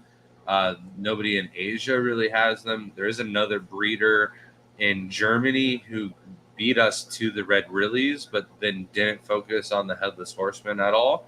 And the Mizuras or the lemon heads, they didn't really like name those or go after those either. So I would say those are strictly TGOE specific shrimp, and they're also yellow King Kongs, so they don't exactly need Caridina parameters unless you wanted them to thrive and breed, and then absolutely get them in there. Lady Diane said, "Coals go to my zebra Akara. They barely hit the surface." I could see that. That's crazy. And then in the future, we'll also have some crosses from the orange-eyed and hollow eyes that other varieties of shrimp. Nobody else Don't really you has have those out there. Hollow eye ghost But I'm bees? not. Like, I'm not anyone? selling them yet. No. We're up to chat. We're up to chat. So then let's talk about our visit. Saturday, we had Josh Cunningham from Cunningham Cichlids. He was speaking for one of the local clubs here that really doesn't have any kind of reputation left over anymore. And they tried to throw us under the bus, and everybody was like, what are you doing? That's definitely not the case. And it kind of backfired on them. And nobody ended up showing to Josh's talk, but he didn't have to waste his time because he got to come here and spend some time with us.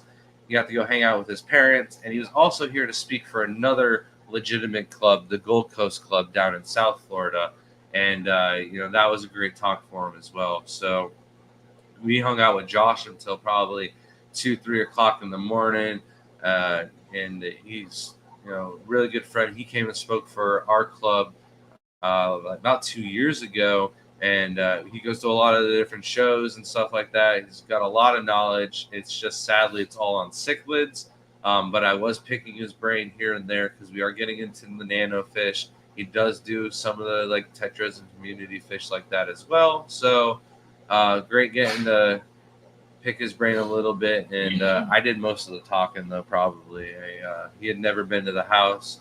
He had been to the house once previously before, but there's a lot of stuff to catch up on and get him up to date since he's been here 2 years ago. You got something else for us? No. All right. And then Sunday, I get some text messages from Sabu from Samurai Aquatics, who's trying to. Saburai? Yeah. Sure It's supposed to be his name. All right. Saburai. All right. So he was trying to come by the house, didn't realize that we were 2 hours away from Reefapalooza, the show that he was at. And I said, yeah, Brandon, that was it. It was his club, and now nobody goes to his club anymore. So, but Sabu reached out, and he was like, oh, where are you at? How far away are you? I'm sorry. And I was like, well, we're 2 hours straight west. And he's like, oh, that's far. And I was like, yeah, if I'd known you were at Reefapalooza or whatever, I would have gotten you together with Harley. You guys could have planned out a rental and stayed at a hotel near the place. And he's like, yeah, that's a good idea. I'll try that. And I was like, oh, I was offering that as a suggestion, but he just ran with it, made it happen. Next thing I know, they're both on the way. And we hung out with them again until 3 or 4 o'clock in the morning. Harley makes all of our breeder boxes and the custom aquarium setups, the all-in-ones and the micro tanks that we sell on the website. We also have planter boxes. We need to get those going on the website as well. But he does a lot of great custom little tiny work. And Sabu, besides Samurai Aquatics, he also does the Aquatic Expo in North Carolina. And that is a lot of fun. So we were doing a little networking and talking and planning that out. Shelby's speaking there and doing a little aquascape and tutoring or mentoring and helping out with that. And we'll have a booth. I'll probably enter some shrimp in the international shrimp contest. So they have never been to the house though. So we gave them a full tour. Showed them everything. This morning we went to breakfast.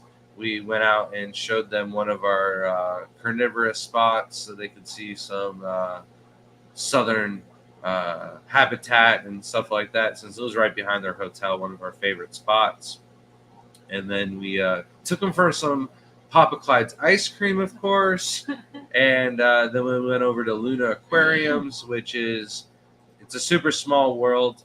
One of the kids in the neighborhood, his older brother started putting together acrylic aquariums, and in the beginning stages, we tested out a lot of those for him on the kitchen counters. They were full of Luna aquariums at one time. And Harley also does acrylic Harley does small acrylic stuff, where my buddy Rob does the larger acrylic sumps and tanks and stuff like that. So it was really interesting seeing the two of them talk and collaborate and stuff like that. And I'm like torn in the middle of both of them, so it's really happy for me that they both get along, and I don't have to be like stuck in the middle and picking sides. So it's really great to see the hobby able to work together and collaborate rather than be stiff competition. It was so funny the way they were talking about acrylic too. Like I kind of like looked at them like specifics about acrylic where people probably think the same when we start talking about some of the Carolina shrimp. It's just like, what are you talking about? Some of it I understood, like the higher quality and where it's coming from and what they're gonna do with it, and it's just kind of cool to watch the whole process happen. And it's like people take their own routes in the hobby, and it's so cool that we're all still a big part of it together. We all make it work together. And then Mike said pitcher plant sundries. I have yet to find pitcher plants here. I really want to find them. Like, I know they got to be in this area somewhere. We just got to find where they are. Oh, I don't think the pitcher plants are actually in our area. Those are northern. I know they're in Tallahassee, but there's a specific type that should be in our area. They're not the same. They're going to just be like the tall ones and not as cool as the other pitcher plants, but it's like the tall drapes of pitchers. We should have them here, but they're not going to be as readily available as in Tallahassee, but we still have the opportunity. So it'd be cool to find them one day, but I don't know. It's pretty rare. Dr. Anthony said, you should try to get me to speak at an aquashella. I have zero. I've been trying to get myself to speak at aquashella, and all I got was a workshop, but I'll do my best stuff. We also pitched our idea, like we have a talk together, and they asked us to do a talk together, and we put one together, and then they never scheduled it.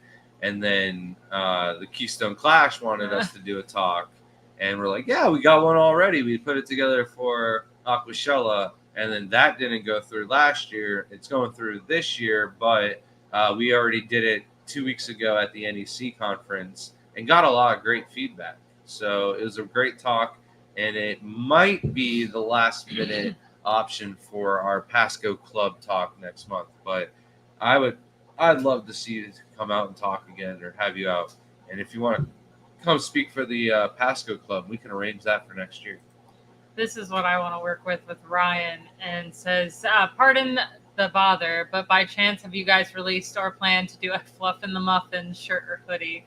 I absolutely need this for other reasons and absolutely want to do this, and I would love to do a hoodie. I don't know if Ryan would be able to find a way to get us to do hoodies, but I want to do this. It'd be so great. Yeah.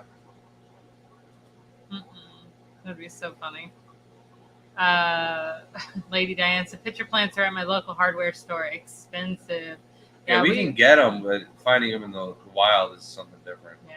Our Repticon and reptile shows, they're pretty cheap and pretty good, decent price. And we're not allowed to collect them either in Florida. It was just cool to be able to go, hey, right behind your hotel, we have sundews, we have Xyrus, and we have Eros compressum. And the Xyrus and the Eros compressum are pretty expensive aquarium plants in the aquatic trade, and they're abundant in that little lake behind the hotel. It's ridiculous how many there are. Yeah.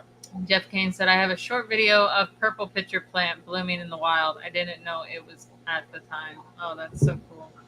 My bog actually had a really cool bloom. Grant got it. Did you film it, or did you just take a picture? I just took a picture. Oh, man. Should have filmed it. Sorry. I want to do an update on the bog this year.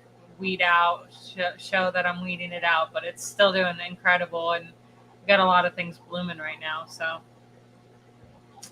right, you want to pull this last one? Yeah, let's do it. Right. Anybody has any questions, now's the time. I've run out of stuff to talk about, unless you want to bring up the products from Plansky that we have available on the website and talk about the sale again. I don't know what else to do. It's only 10 minutes left. Last chance, hashtag scales to get in on the Betta Fish print. Refresh. And 62 entries. Shrimps _ with _altitude. Shrimps with altitude. Make sure you're still here and comment. Congratulations. And also, anyone who did win tonight, don't forget to email us at thegardenofeater@gmail.com so I can get those out to you. That does happen quite often, actually. People forget. As much as I like to say I am responsible, you're probably better off emailing Shelby rather than sending me a message wherever you talk to me at. It's been a problem. Please don't tell me it's your fault. What do you mean? We just recently There's had two that prints issue. that are still sitting there that no one emailed about, so Well, if might you're have waiting, to re-give those away. if you're waiting for something, let us know and we'll make sure that gets to you as well. Send us a little reminder if you did send the email, or message me on Facebook or something like that. Send an email instead. Well, the person hasn't commented back, so if they don't comment within the next few minutes, we'll redraw for that last one. All right. But I did have a question. Coro said, what is something missing from the shrimp industry?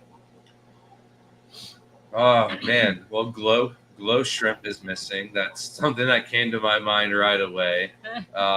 That's definitely missing. A substrate alternative is definitely missing, and I don't know. I would need some more thought on that.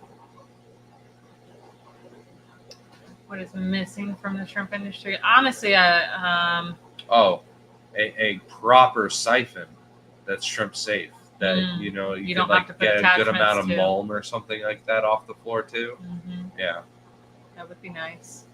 There's probably a lot of things. Oh, like I said, the canister filter intake shrimp safe, because a lot of people do like to run canister filters on their tank because some people just have one tank. I think all of those, every filter in the industry should come with a filter or shrimp safe so that people can do community tanks with shrimp at the bottom. And I mean, those people also could get fry and stuff, so it's good multi-use. So I just think everything in the hobby should have that.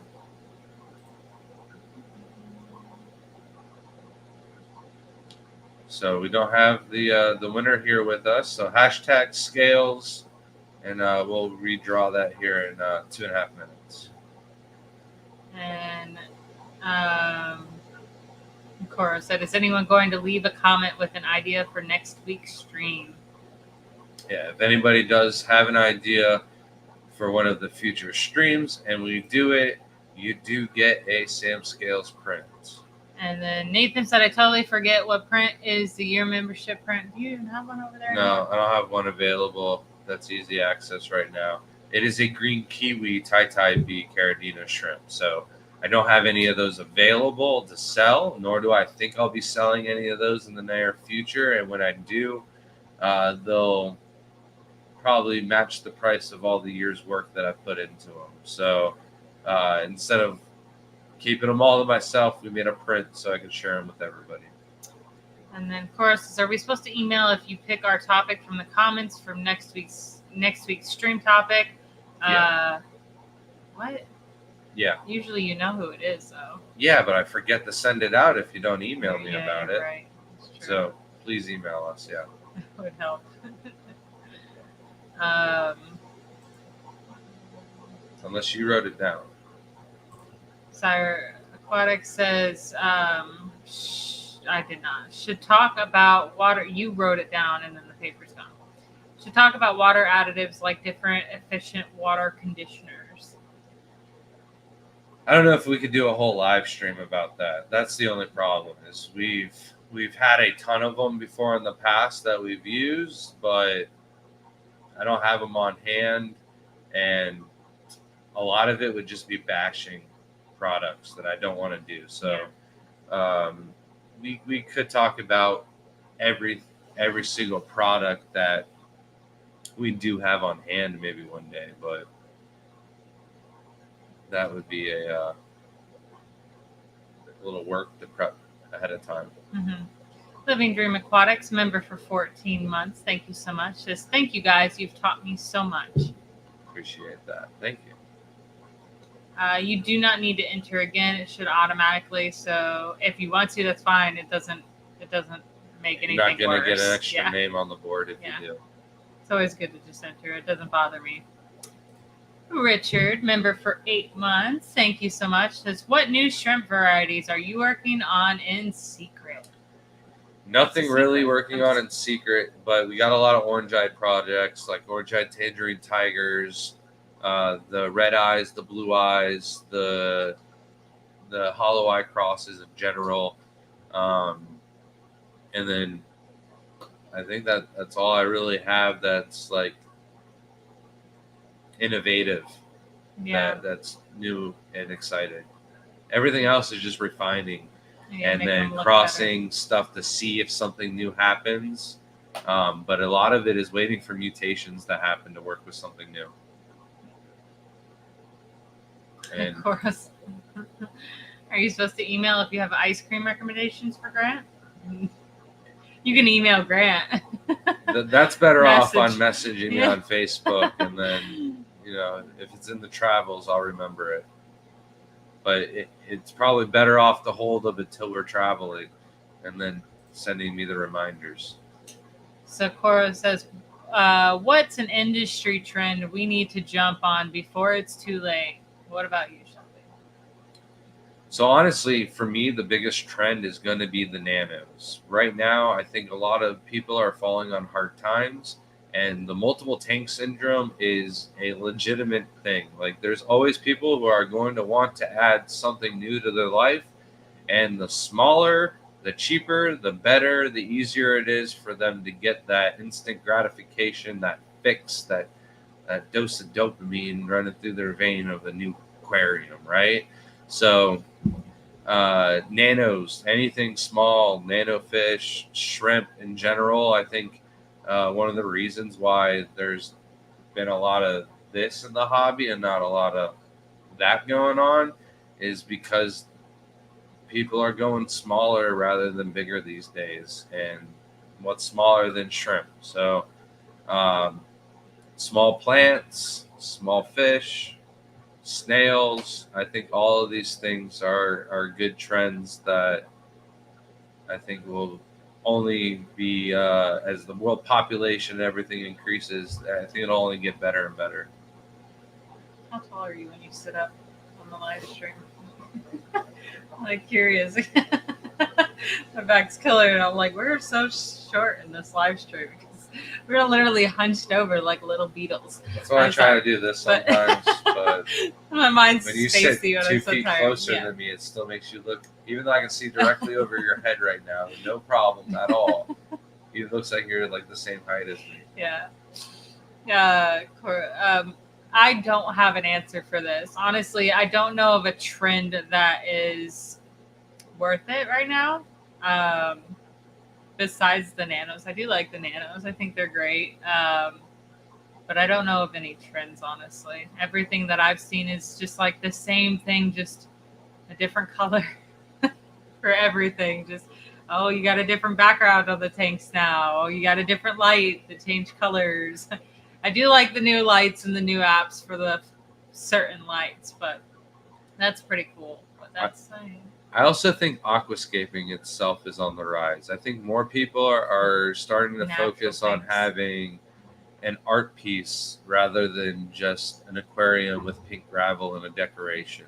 I think it's a lot to do with the fact that nature's being destroyed outside, and a lot of people want to capture it in their house because they don't get to see it anymore. Because every empty lot that you see is being turned into a car wash or a storage unit or a new Culver's or Chick-fil-A or McDonald's. So I think that's a big thing that people are doing, is just trying to reach out and grab that nature before it gets ripped away somewhere else and just destroyed.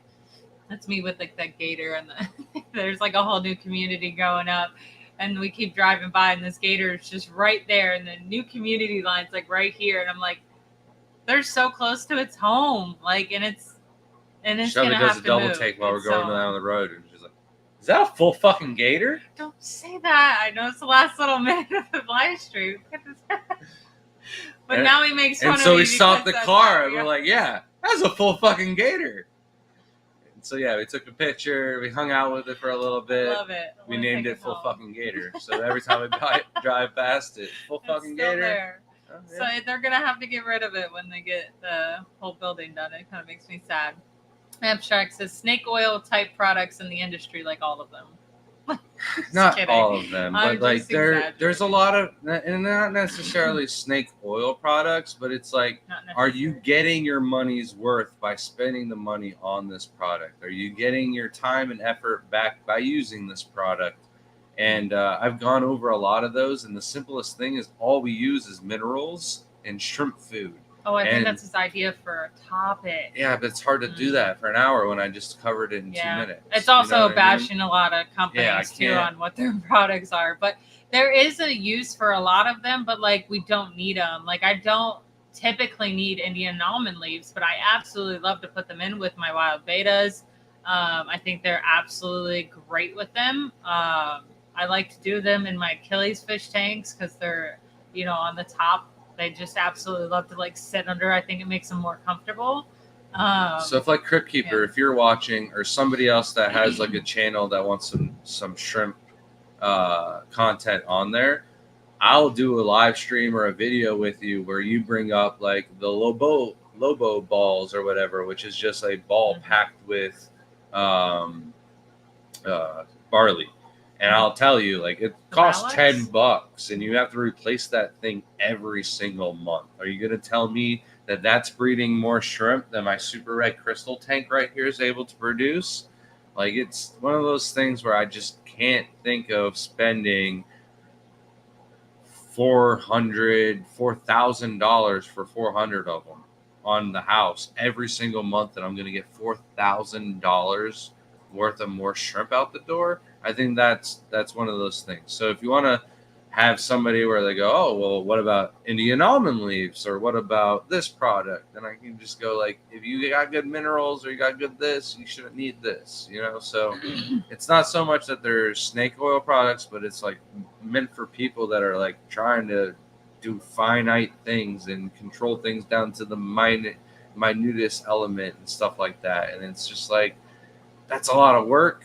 Who wants to do that, let alone spend the money for that? So Zin says you need to make an ice cream recommendations channel in the Discord so you can go back and check it when you travel. that's a good idea. Yeah, you need to figure out Discord. I struggled for it for days.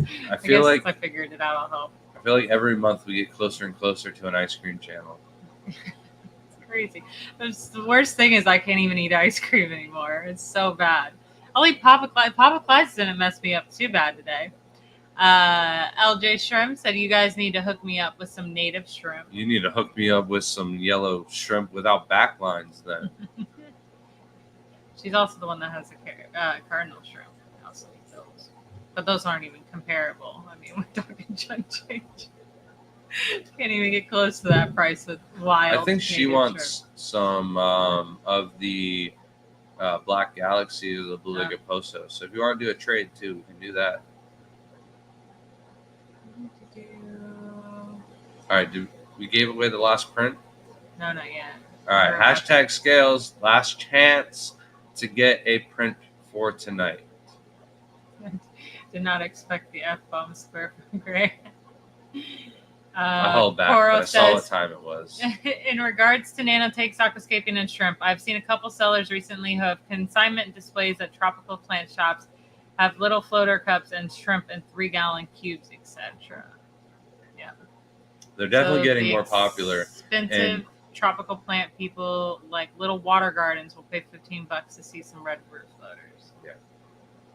And what I was saying is the wholesale demand for shrimp is going up. We keep getting pet stores all the time asking us for shrimp. So Yeah, it's crazy.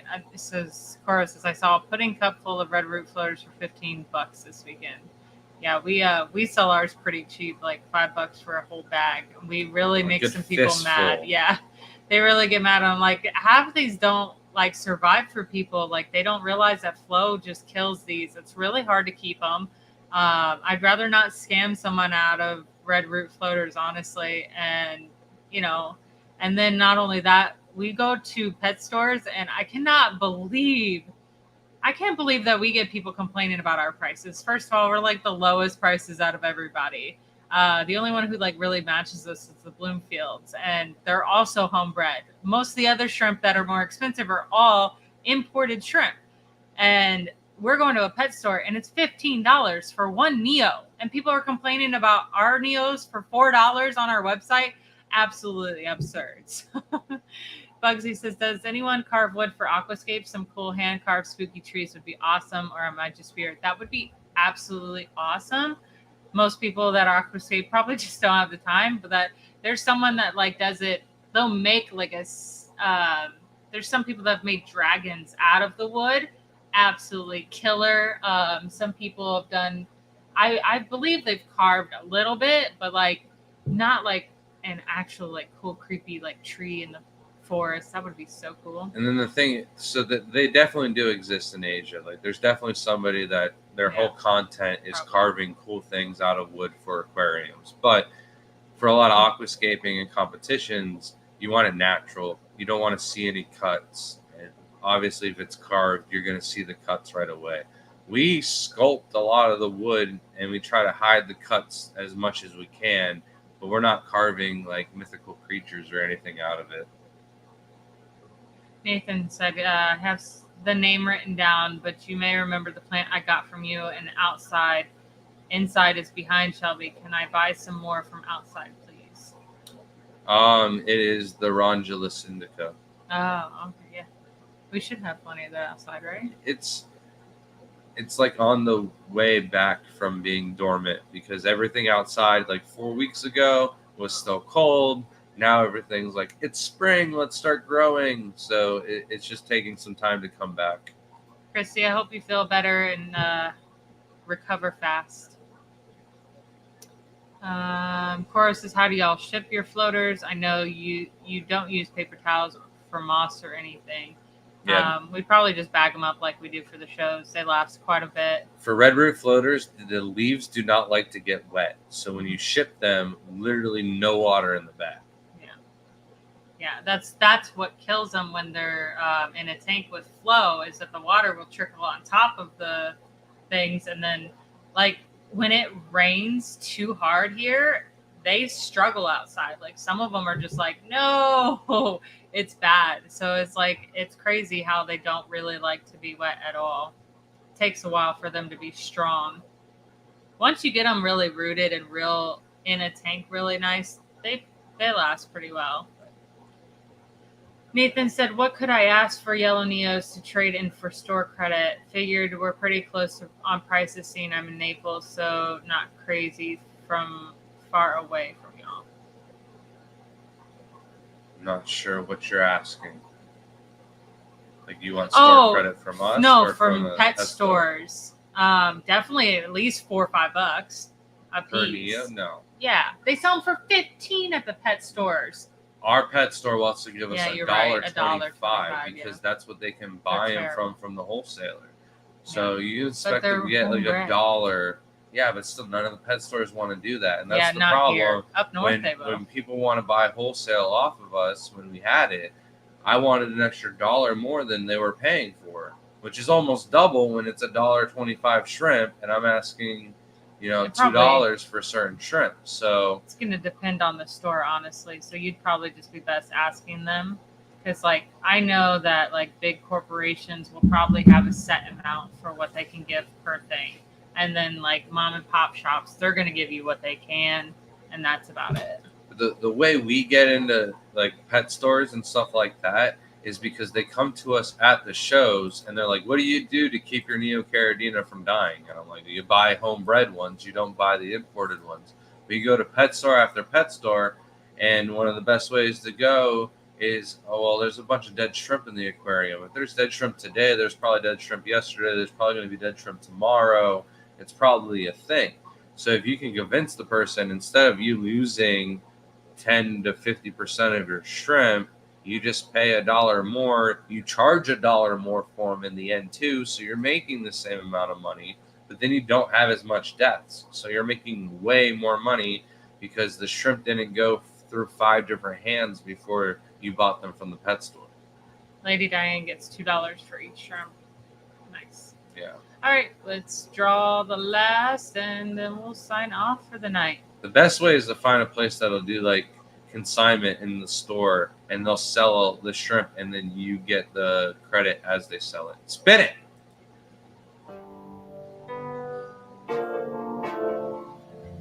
Plushy Aquatics 3. Flushy, All right, are Flushy. you still here? And we're giving you a small time frame right now. Like at 12:11, we're spinning again if you're not here. I hope that's not rude or coming off rude, but it's been a long I stream. just don't want everyone waiting Yeah, if they're not here still. we've got to find a winner for this. That's trend. why we need to restart. Just All in right, case, they're 'cause here. it's gonna be Congratulations. awesome. The beta is yours as long as you email us with your address. And Zen just dropped the email link Thank you regarding so the beater much. at gmail.com. So congratulations, everyone. Thank you all for your support. 30K is a blessing. We never thought we'd get this far this soon. So hopefully we can keep this train rolling. And Sam did give us more prints. So maybe Keep give watching. one away next week. Maybe we will give away something else. But we'll see you next week, 9 p.m. Eastern time zone like usual. Thanks for watching. Thank Have a you good so night. much. Have a good night.